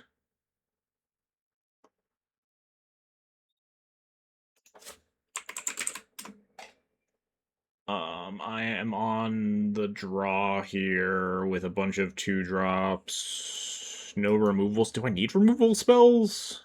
I probably. This is like a mana dork deck.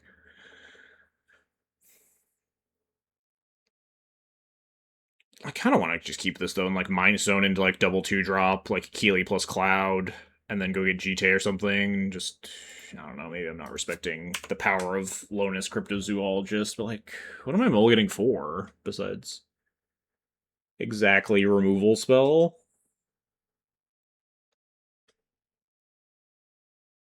If he is even like a bunch of mana dorks.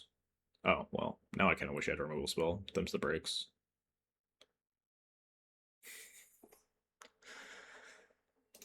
Is what it is, I guess. I'm still open to drawing a 1-drop next turn that I can cast off this Mind Stone. I wouldn't say no to that one.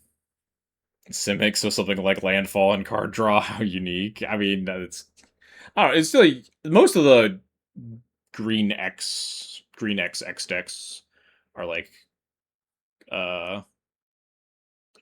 creature like mana dorky stuff. But I don't know if you doing that in green blue. Sure. Alright, well we didn't. We're gonna be really behind the ball on clue tokens. My opponent's gonna have a lot of clues to take my non-land permanents, I guess.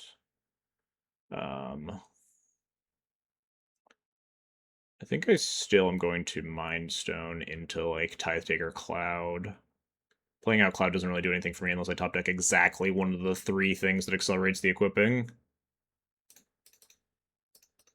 It is unfortunate that we missed, like, 3 draw steps worth of 1-drops. No, only 2 draw steps. But I also could have just mulliganed.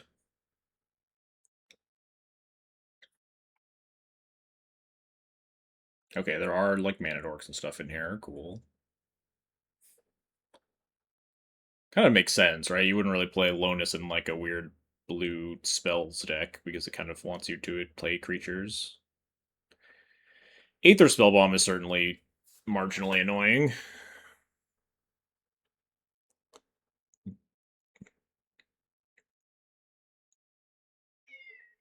Doesn't want to sacrifice 3 clues and take a 3-drop from me.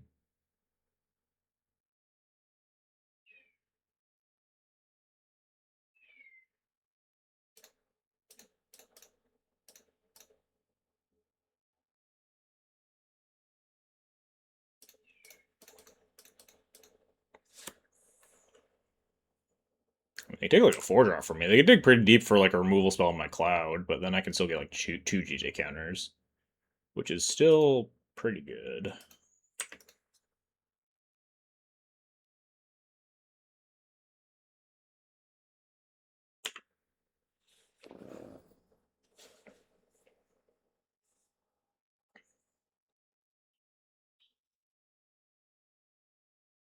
Tribute Mage. This gets 2 drops. We're gonna get like Disruptor Flute for Jite.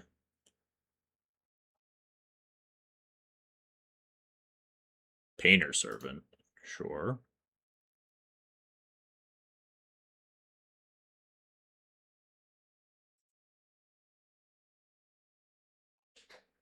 So we're gonna have Painter Servant Grindstone. It's a little worrisome. Oh dear. Alright.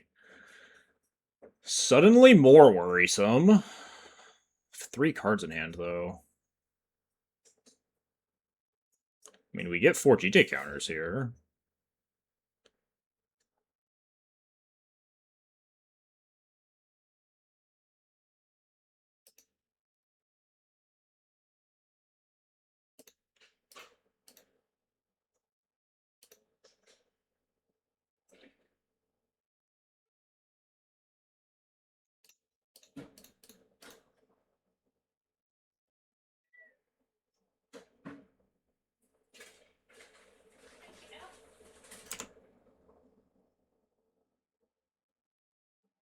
Ooh, Drum's free to cast. Deal.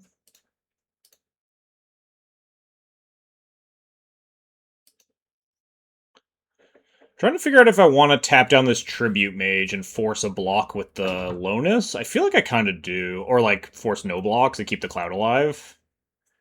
I don't draw the card off the Keeley. I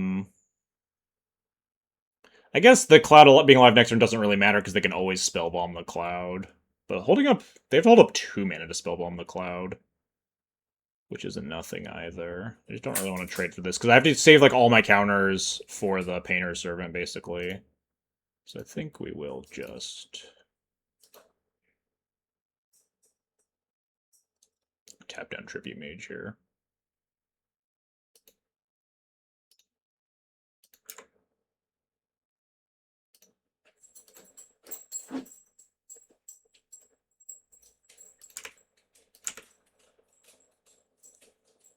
And kill the Llanowar Elves.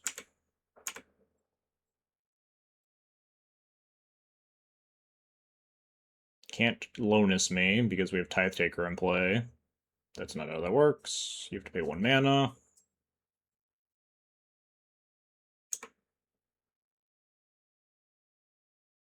I mean, I guess I could kill the Lonus if I'm, like, really trying to respect it here.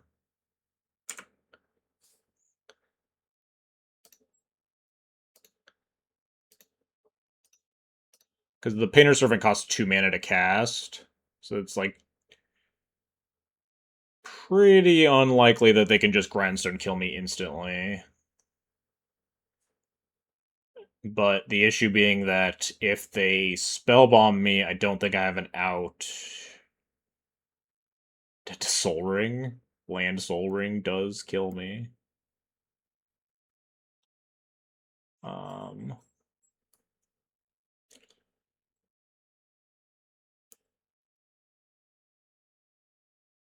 Do I have the ability to Stoneforge for anything that could beat the Painter Servant? I don't even think I do. I think the GTA is like my only good removal spell equipment. I think I'm just gonna say go here.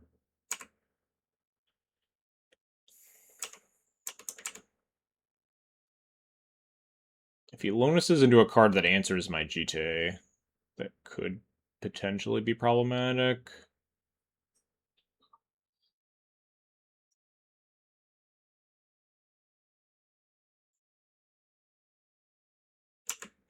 Sure. Turn 5 Aether Vial. Deal.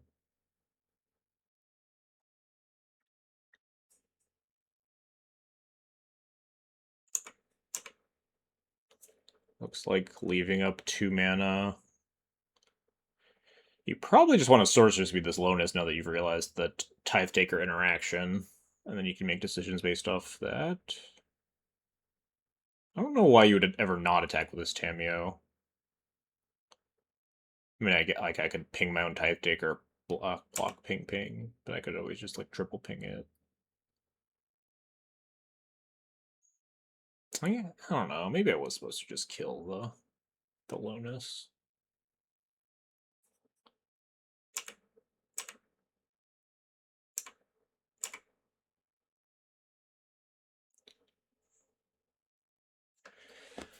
Sources beat the Lonus, sack like all the clues, try to hit something that answers the Jite.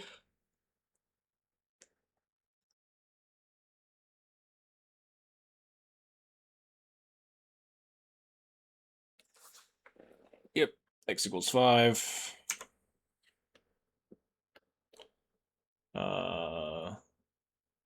Looks like just Onthanize the Cloud? That doesn't even do it, though. We can just cast the Cloud again. This is his first time. Oh, you can't Onthanize either. It's not an actual removal spell. You could Jolt it awake your Fintorn Elves. You could a Demi sack, I guess? But I just ping it. Oh no, but then there's still the... Also, the sack costs 2 mana. We'll see. He might just, yeah, pass the turn with the spell bomb up. And then I don't have any super solid lines. Does that change anything for me? I think it does. I think I just want to kill this fucking grindstone so I don't randomly die. You have 2 cards plus Painter Servant in hand. I can just go to combat with Cloud with 1, 2, 3, 4, 5, 6 mana. So I can't do anything fancy like Stoneforge, Fire and Ice, whatever anyway. I could Stoneforge for a 1-drop and equip it if I wanted to. Skull Clamp. Not bad. I think I'm just going to go to combat and force something to happen.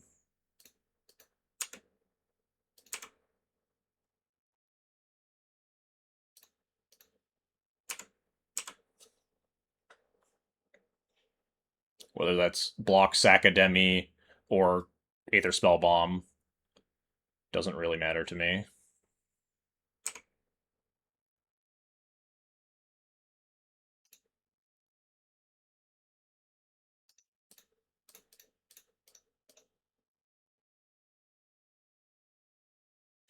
I keep having to read that card to make sure it is just creatures. Eat that. I can't kill the Lonus, actually. Oh, no, they have no mana. Yeah, I can't kill the Lonus. Also, I have Taztaker. Alright, we definitely just kill this fucking Lonus. Well, yeah, I just don't think I care about any of this other stuff. I'm gonna be so for real. Maybe we just draw 4 cards, too. I don't know.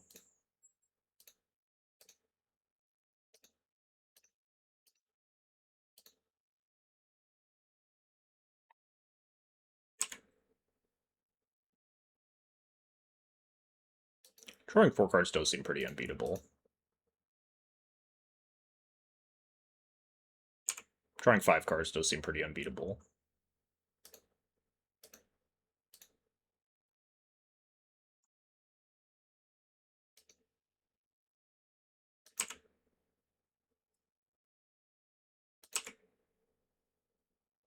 Oh, I still get a land to play too? Fuck.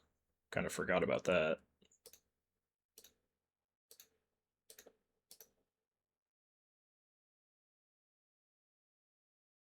I mean, I guess I cast Burnt and Forge Tender.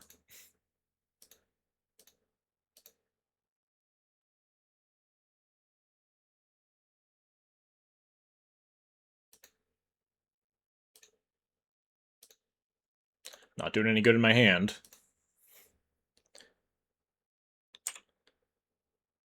Can you tell him that he didn't have to play Lotus to prove how bad it is? I don't want to bully him.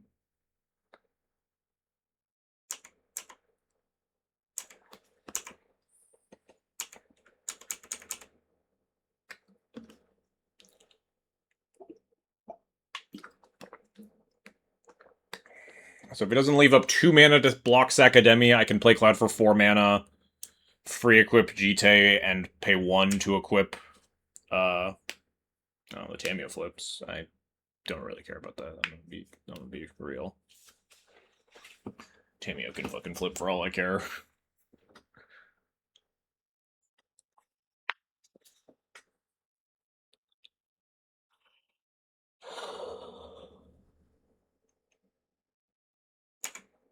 Yeah, sure. You got a Tamio. You got a tap land.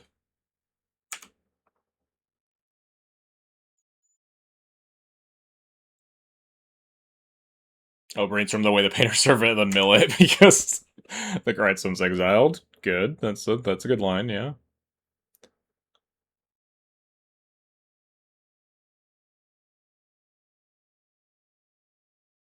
Expel greenstone for 1. Sure. I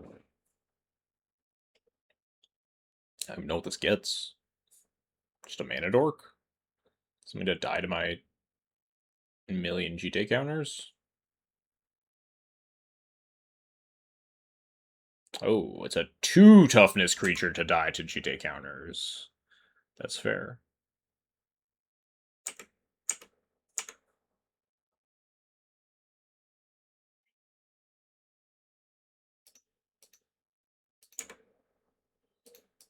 I have like 8,000 mana. I'm pretty sure I have minimal ways to lose this game, but let's just... Except for this fucking Yalfa Maya taxing my turns. I don't even know what I want to get here. Sort of Fire and Ice for later, just in the back pocket, whatever. Let's free equip this to Cloud. And pay 1 to equip this to Cloud.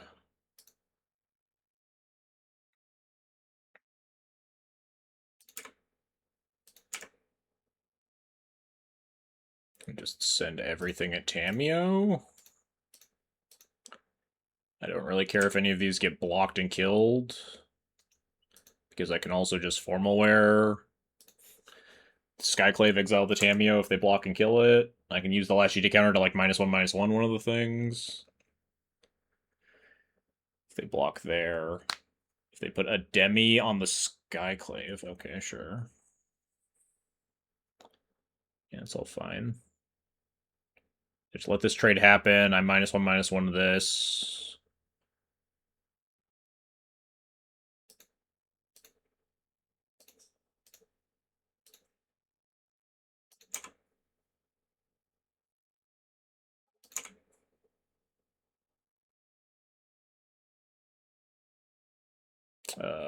Yeah, sure, whatever. I think I don't think the Tameo's gonna do shit. If that's the case, I probably should have just... I could, like, kill my own Skyclave and Formalware it or whatever. Activate Vial on 1 in response. Shrieking Drake.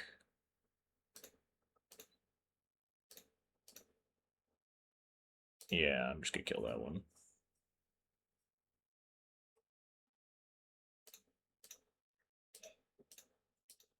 Just gotta make sure. He sure is shrieking.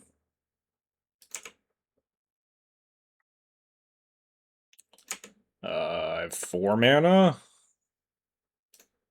Yeah, I don't know. Just Spellbinder you. Maybe I'm supposed to pop, like, Tectonic Edge. I don't know. Yeah, I'll make that cost a lot more mana. This seems pretty good. Yeah, why not? I'll draw 2 cards, I guess.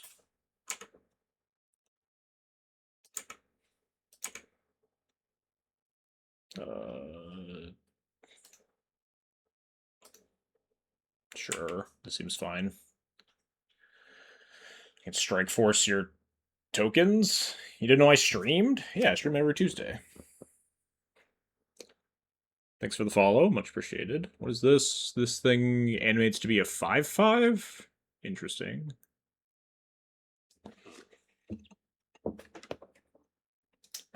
Let's turn that light on. Winter Orb. Now that's like a mild nuisance, I guess.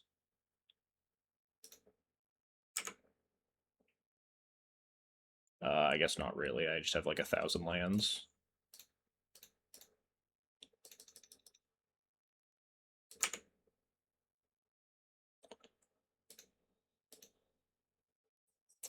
This hits for 2 plus... Oh god. Whatever. This is 1, 2, 3, 4, 5, so I need +1 damage here. So Skull Clamp the Keeley, tapping that. Attack face, attack Tameo, attack Tameo. I think that's good. Oh, fuck, I was off by 1. I should have just played my land and equipped the skateboard. I did bad math. Yeah, whatever.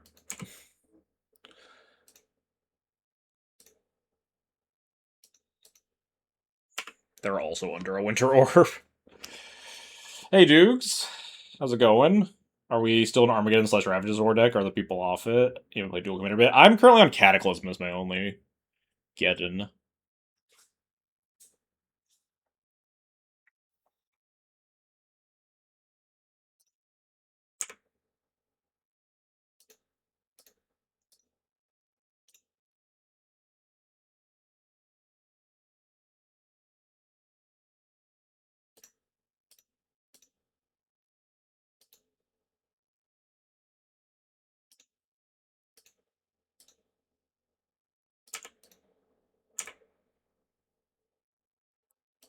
Attack Tameo, attack face, attack face.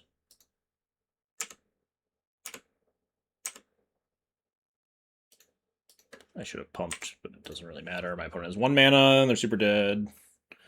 Oh, yeah, sure, whatever. I think my 4/5 Pro Blue is probably going to be okay enough. Yeah, they're just, like, completely in the blender at this point.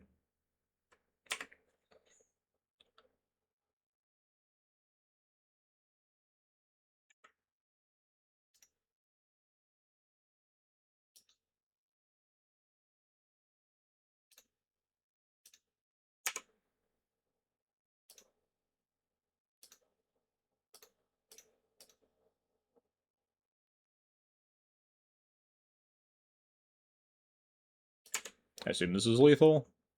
6, 7. Yeah, I assume so. Oh, thank God. It's gonna be really annoyed if I was, like, 2 off there. Just spend another whole turn cycle killing him. Any state of the noodles in the foreseeable future? One for Eternal Weekend? Yeah, definitely. I have one planned for like mid-September sometime mid to late September is the goal. At that point, the meta will have settled down a little bit. At least we'll be able to identify some of the main contenders for the meta, and maybe see some spoilers for Reality Fracture that might affect things in Legacy before Eternal Weekend. State of the Noodle. Yeah, it's a yearly address that I do. Where I talk about the state of D&T in Legacy and all that jazz. Do I keep this? How disrespectful am I? Harian's been preaching for a color shifted white Thoughtseize yesterday. I think there's one that exists on Arena. I think it's definitely within Color Pie. There are like creatures that Thoughtseize, right? Am I keeping this hand?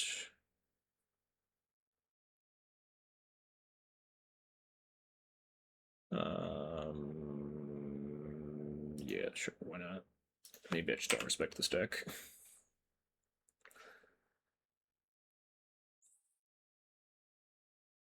Maybe I'm supposed to be mulliganing more aggressively. Never mind, hand's great.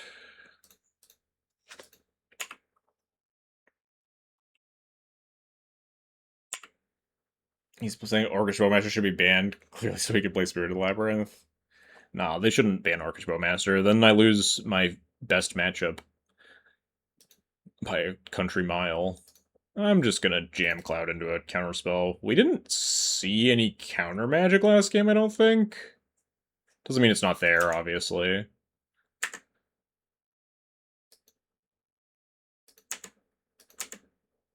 But, like, I didn't have anything better to do that turn. I guess I could have, like, done some Saga stuff, but, again, I think I'm good.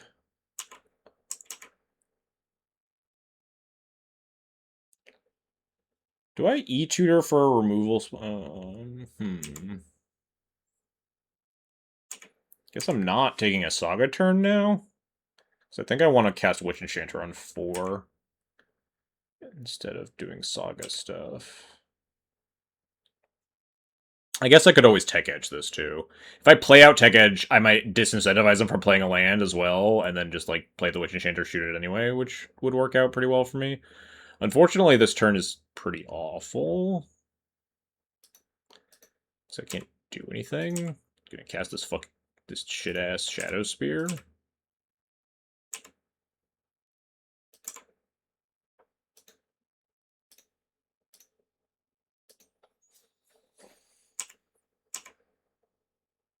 He might genuinely just, like, not play the land because of the Tech Edge, and it would work out pretty well for me. It's like a Malcolm or something? Oh. Yeah, sure. That's fine. Just bounce by 1 drop. That doesn't really do anything. Cool, cool.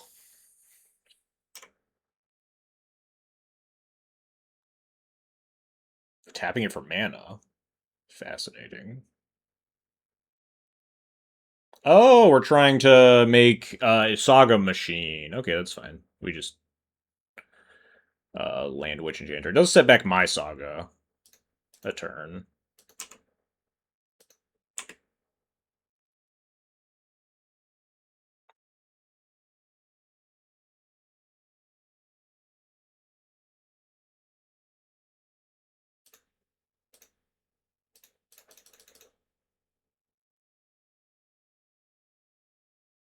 I could also just Solitude it, or I could just blow up the Saga and ignore the Harbinger because it doesn't do anything for me and it cuts him off of green.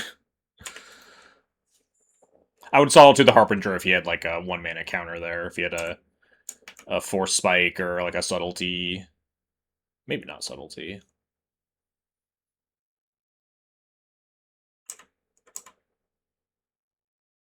Yeah, attack. I'm not blocking.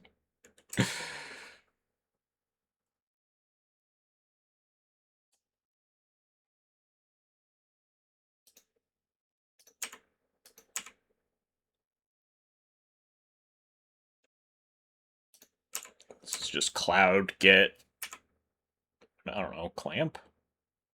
We'll see if Cloud resolves, I guess. Step 1.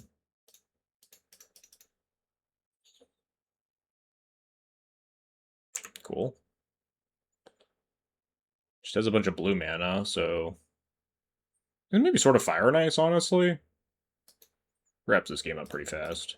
And attacks through the Harbinger, unlike a Jite, where if he holds this back to block, then he can get his green mana back online. Don't forget to activate Shadow Spear. True! Shadow Spear, MVP of this game. Clearly broken. Oh, yeah, I forgot to have Brazen Bar. Yeah, it's fine. We can kill that one with the sword.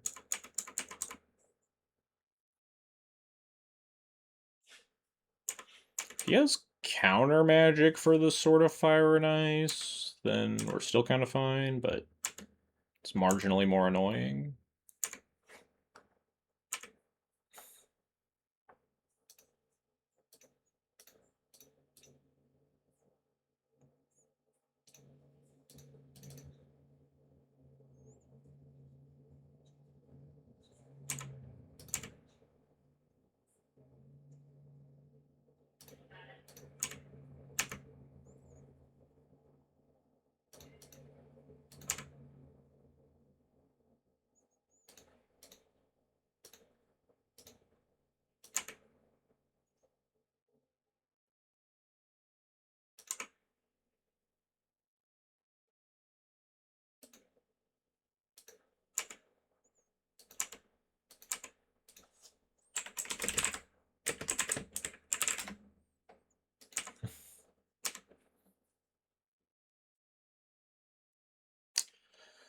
What we got? Dead. Deal. All right. 19-0 with Cloud. Let's see if we can get the let's do a poll, I guess, or a whatever they're called. A prediction. Start prediction. 20-0 with Cloud. Cloud is the best. What was match 1? Well, it's Professor Rex, if that tells you anything. Is the Minato Reanimator player.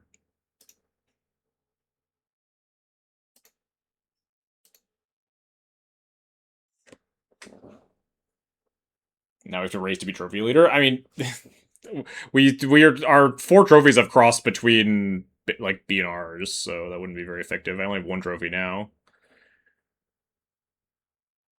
I don't play nearly enough Moto to keep up with like Zodiac and TV Amaral. These 2 people seem to be like online constantly.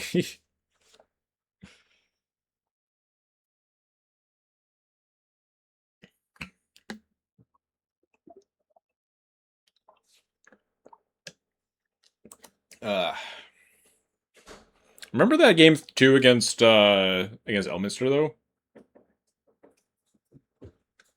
I made someone very mad. I'm sorry, Jason. I'm sorry.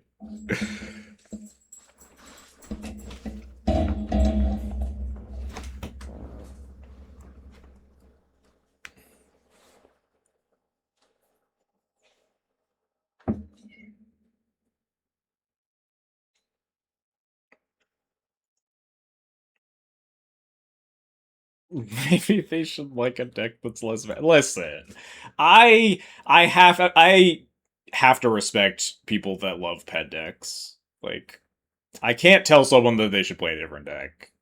I can suggest they play a different deck if they would like to win more games of Magic, but like I, as a D&T player for the past over a decade, hitting towards a decade and a half in Legacy, I've played D&T plenty of times where it's been like, I should really maybe play a good deck. You put all your channel points into this? Oh no, what if you lose all your channel points? The extremely important Twitch resource.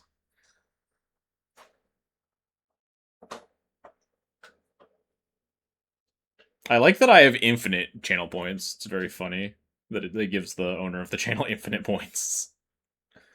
Probably makes sense because you'd like want to test out features or something. And I can't participate in the prediction or whatever to like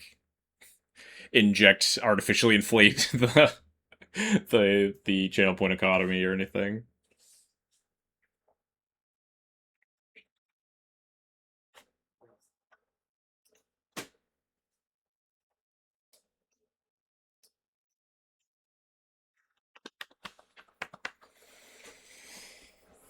Yeah, I think it's gonna be just cut the Shadow Spear, take my long. I mean, I'll test more versus Tifa and maybe Light Pause. I really just need to put my nose to the grindstone and figure out how much I should be respecting those matchups. Because I think, like, even without the spear, I think your matchup's like pretty fine.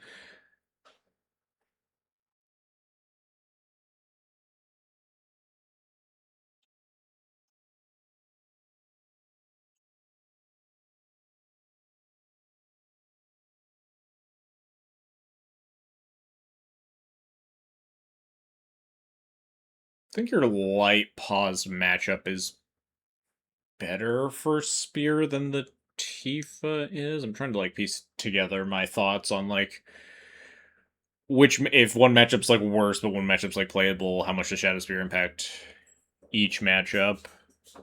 It's tough to say. I just haven't played against Light Pause like ever.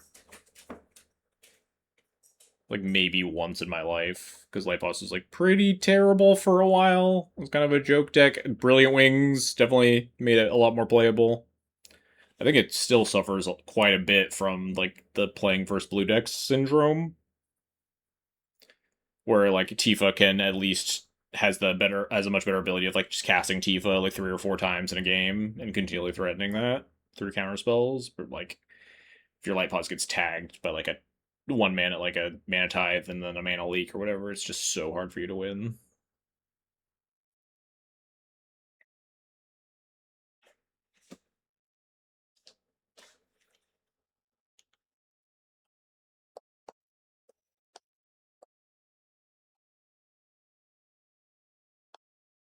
And the big thing is I just don't know that Shadow Spear genuinely don't know if it does enough in that matchup.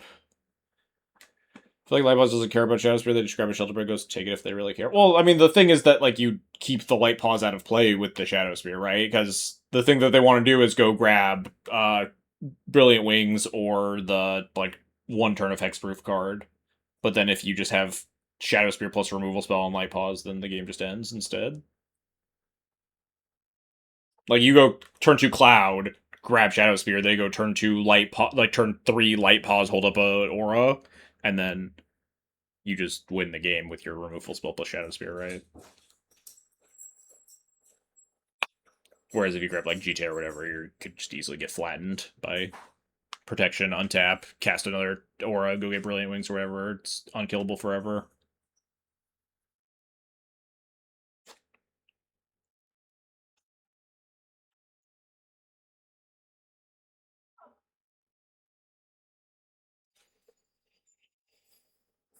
But I did run into the issue specifically against Tifa where like the Cloud does have the concern of gassing out if you just waste your tutor on Shadow Spear, a card that doesn't provide inevitability in the way that GTA or Skull Clamp does, where if you Shadow Spear to protect your removal spell and then remove Tifa like once or twice, but then kind of don't draw more spells that matter, then you are just gonna die with a Shadow Spear in play rather than being able to try to check them with a more unbeatable card, if that makes sense. But it's like very, very hand dependent, obviously. If your hand's like 3 removal spells, 4 lands or whatever, and you're on the draw against Tifa, you definitely want a Shadow Spear in a way that GTA, you're just like gonna die on turn 3. Yeah, it gives you a lot of time, but it doesn't win the game like the other cards do. Yeah, I would agree with that assessment. Against Light Pause, I think it is much closer to winning the game than against Tifa, is I guess my to come full circle on that point. I think Light Pause has less inevitability than Tifa. So like that hand of 3 removal spells and like tutoring the Shadow Spear is gonna matter a lot more because you're gonna kill Light Pause twice and they're just never gonna be a 6 mana, and then you're gonna eventually draw out of it before they do because the card quality of your deck's a lot higher. But Tifa just has like way more mana to continually pressure that.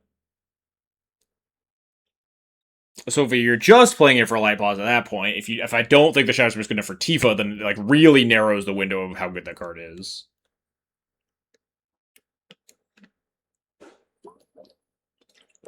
To the point that maybe we just shouldn't be playing it. Who plays Light Pause? Didn't Light Pause like win some? It was like I think the Amsterdam event, right? The Amsterdam Duel Commander event, I think, was won by Light Pause. But I do think it's like not super commonly seen. It's been ticking up there a little bit in play rate since the Brilliant Wings printing.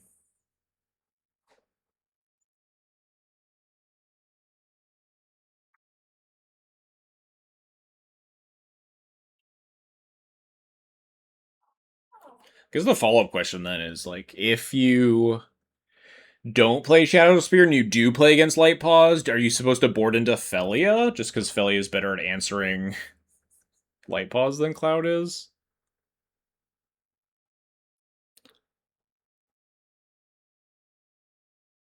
You can either flicker all the auras off or attack and flicker off the hexproof aura and then cast your removal spell.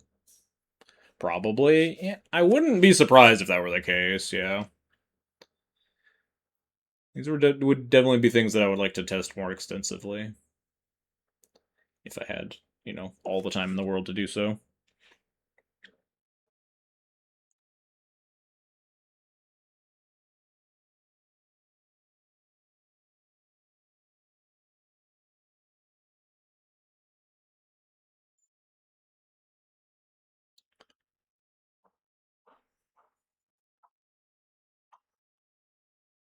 Because you could also board into Thalia.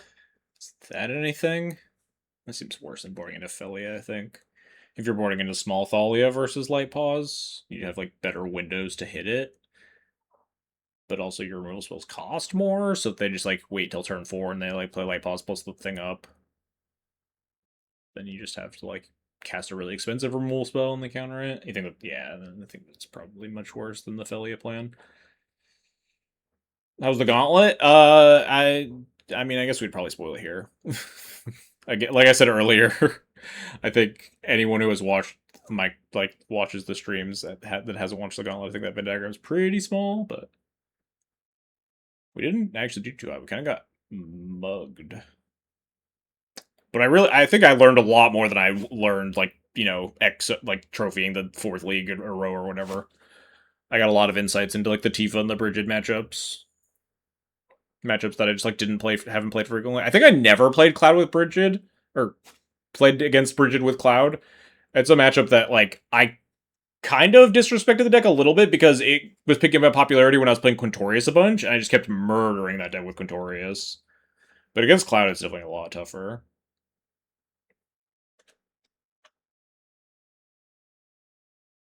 But that deck is really soft to, like, a control deck with a bunch of spot removal spells and sweepers.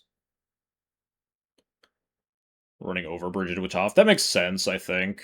Spot removal spells and, like, really beefy clock. I think Cloud's problem is that the deck is, like, all tutors, and Cloud's not a very fast deck. So, like, you can generally get, like, GT connections once, and then maybe you get to, like, kill, like, 2 or maybe 3 creatures with it, but then they almost always have an answer immediately for the GT. And then after that, they're a combo deck that doesn't really take your Cloud off the board, so it's hard to, like, reset your Cloud and, like, recruit that card advantage. What's happening? Niv Mizzet is our final boss here. I think this hand is below average, but we're on the draw notably, which means that we're gonna have to move to discard by playing Cloud on turn 2, but or we play Skateboard on turn 1, which is, I guess, probably more likely. I think I'm gonna keep this. River Matcha is really good. Niv Mizzet is cool as hell. I do think it's cool as hell. I don't think it's very good. But I'm ready to eat those words. What do we want to draw here? Esper Sentinel, I guess. Just any 1-drop creature. Land. It's kind of fine. Yeah, I'm going to run out the skateboard.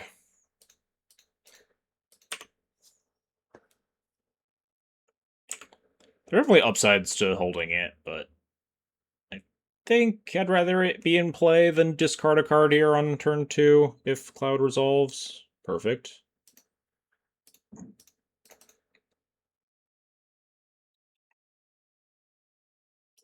Ouch.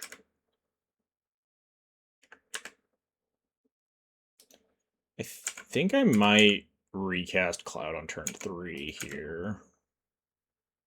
And then leave it in the graveyard and then try to Extraction Specialist it. We were just talking about pet decks, yeah. This is a true statement.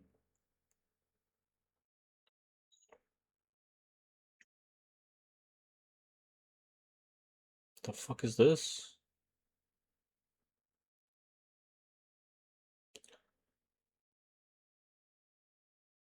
I don't know, but I'm gonna Seam Rip it, I guess. I kind of wish I had Cloud in my graveyard now, so I could, like, curve out well, but I guess I could just develop this Saga instead.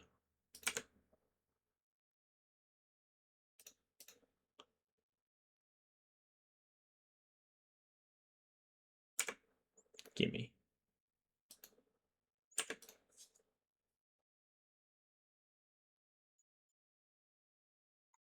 Oh, they know my hand.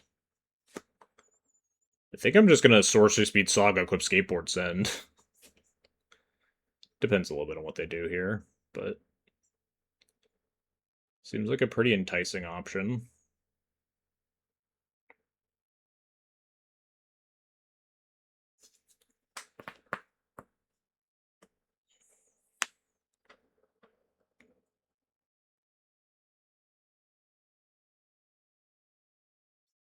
I'm gonna be honest, I didn't fully read this card. I should maybe read it, huh? It's just a mana dork, kind of. You cast spells, and then you can tap it to make treasure tokens to ramp you into your Niv Mizzet, and it also, like, tutors for 5 mana, I guess. Seems okay. Well, Sorcerer Speed Ice into Miss Land Drop is incredibly good for me.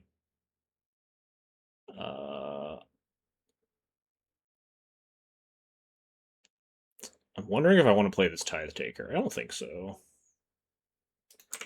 Like, this is a pretty decent window to play it, but... like, I'd have to play the City Traders and lose the skateboard damage. Because it's only 3 damage, huh?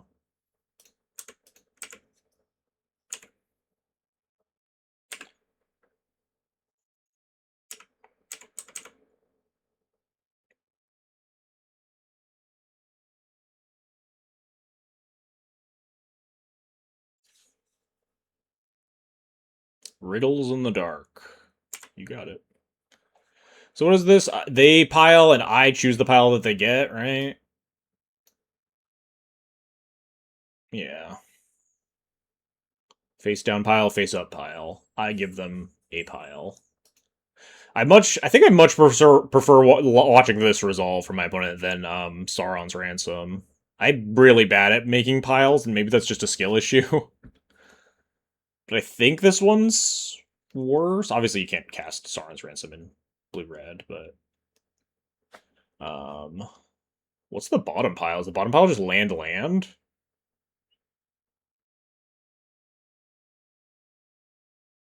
Do I care about this counterspell? There's a sweeper? Yeah, I think I'm just gonna give them land counterspell, I guess.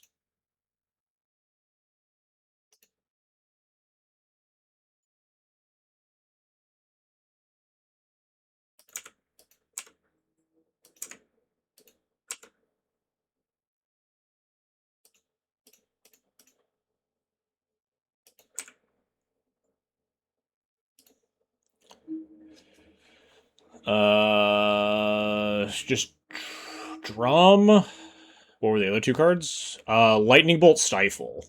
Oh, huh. Those are much worse than land counterspell. I don't really know why they put those face up. Maybe they mind games me? Whatever. What do I want to do? Is there any way I have, like, lethal? They're gonna be 4/4s. I could City of Traders Flute 5/5s. No lethal.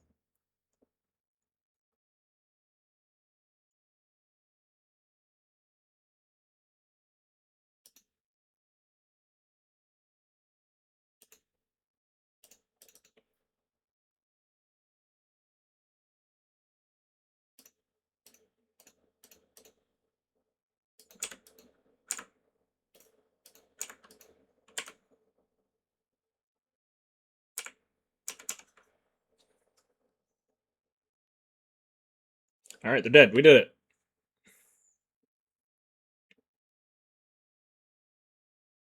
Yeah, I mean, I guess there is some mind games we played of, like, put the bad cards in the face down pile and be like, ooh, look at how good land counterspell is. The bottom pile must be, like, way better than that, right?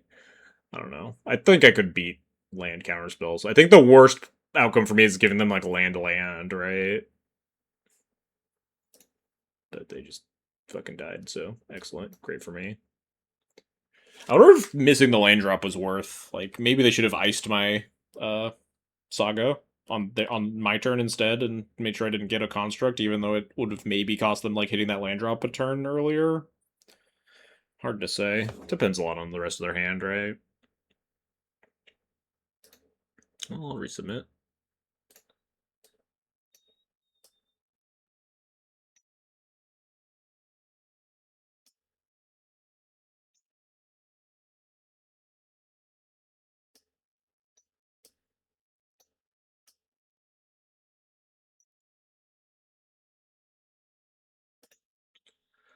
Ugh. Mana's a little tough on this one. Portable Hole's a little weak. We can go Talon Gates, Springleaf Drum, turn 2 Mirrex for white, Mind Stone. Is that good enough, though? I mean, we have, like, Reverend Mantra back, too. My opponent is on 7 cards. We have, like, 2 duds here. which means I think this is a mulligan. Alright, this hand's not that much better, but it is what it is. If I bottom lane, I never hit another one. That's just how science works.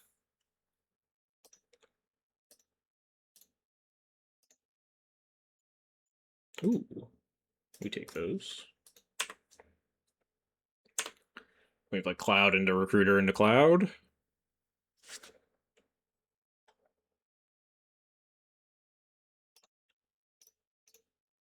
Just always ramming this into the counterspell, I think. Yep.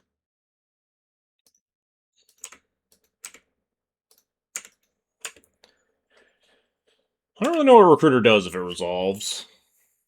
Maybe we'll draw better 3 and cast that instead. Who knows? Oh, goodbye, Skrelv.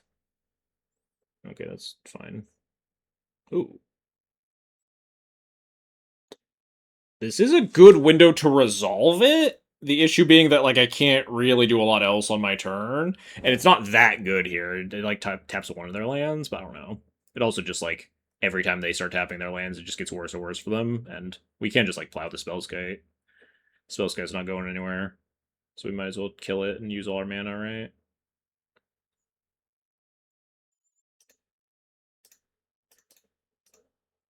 Well, a tiny bit awkward on my own mana, I guess, but probably just gonna be a lot better on their mana.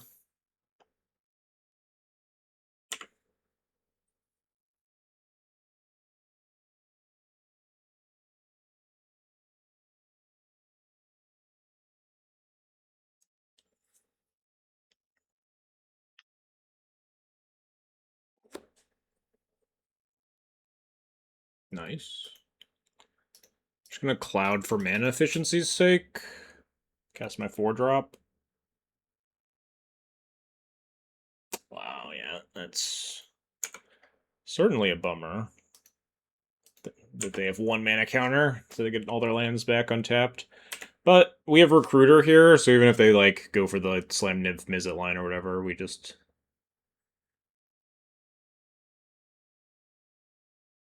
Solitude. I think I'm just gonna play Mirrex Go here. Because I don't want to cast my Recruiter into the counterspell mana, really. And the Mirrex is, like, an okay enough threat. That doesn't, like, play into their turn. And then if they tap out for Niv Mizzet, I can recruit Solitude and kill it.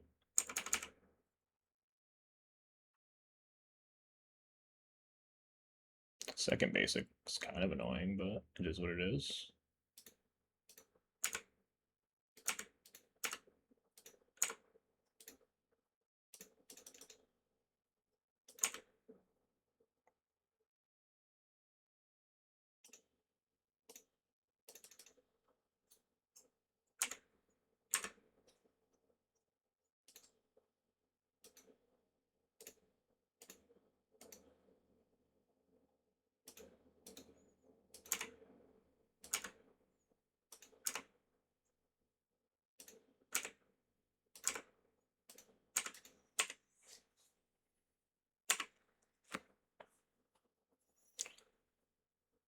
Am I jamming 6 mana Cloud here?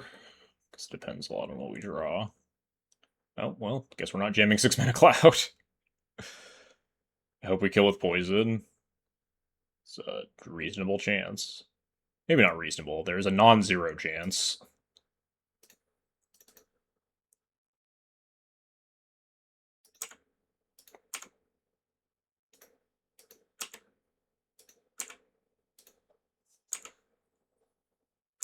Probably not, though, because I think I'm going to shift over to activating this Abandoned Air Temple next turn. Just trucks them for so much damage.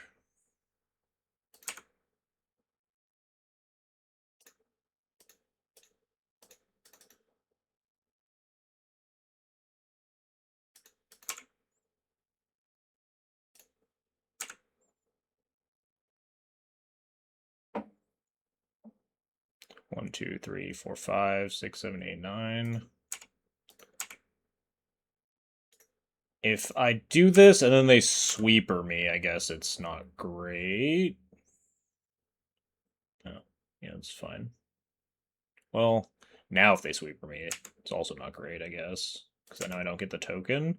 But then they're, like, tapped out, and we can resolve Stoneforge. They only have 2 cards left in hand, too, and...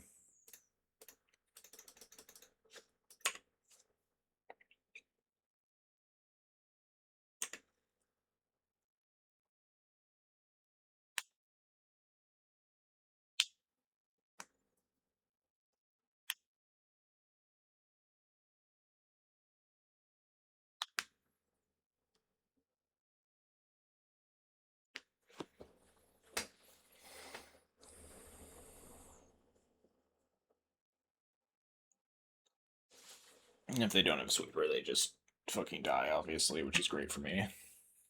I mean, they don't, like, literally die. They could literally die if I just attacked all and it activated the made an air temple. It is lethal. But I probably wouldn't do that into a bunch of open mana. Okay, yeah, they're killing. Recruiter, sure. I no longer have lethal, but I also no longer have any, like, need to commit to a certain play. Like, we can just...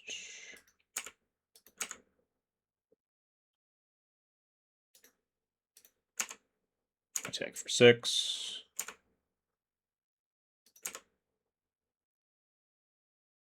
I think Jolted Awake Tithe Taker is my best path for lethal.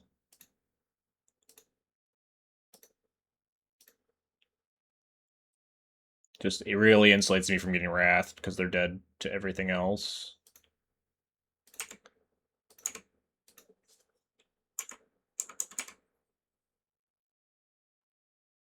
We can kill with poison and damage. That's true! We do have poison lethal here. We just also have natural damage lethal. No! That was maybe the first time I would... that's definitely the first time I would ever have killed with poison. Do we count it? Do we put that on the checklist? Lethaled opponent with poison counters in Duel Commander? I think that has to count, right? What are we doing here if that doesn't count?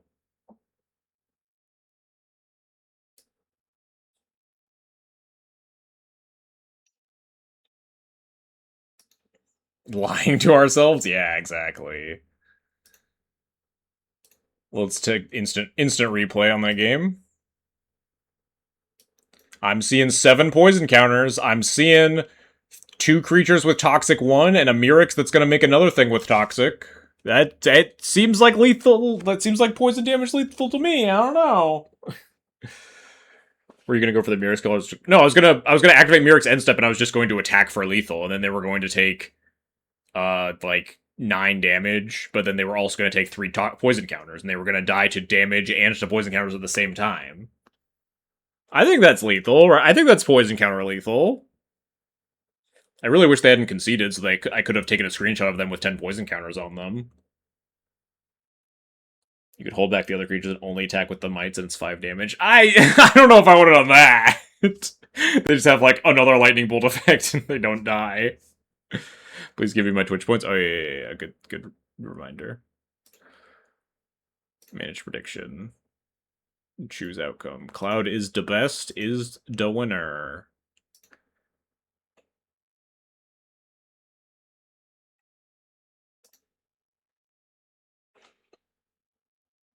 Enjoy the spoils of war. Anyway, Cloud's great. We're 20-0 with Cloud now over the past, like, 4 leagues with it. Jesus Christ. Cloud's really good, huh? Now you can make dog come back inside. I haven't walked her out in a while. Probably just it's been too hot. I don't want to leave I don't want to close the door. It'll cool down eventually. Anyway, let's wrap up the stream here, huh?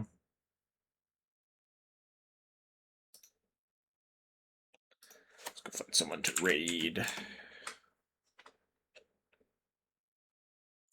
Dingo's still streaming? Alright, sure. Raid Dingo. Alright, raid channel button.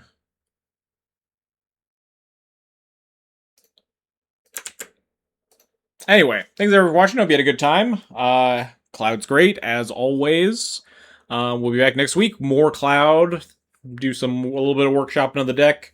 Building it out for the Duel for Duels event. So I'm excited to continue our insane win streak. Unfortunately, did not get the poison counter. Screenshot lethal. Maybe we'll tweet it anyway for the clout and just tweet the board state scenario. Anyway, have a good night. We'll be back next week.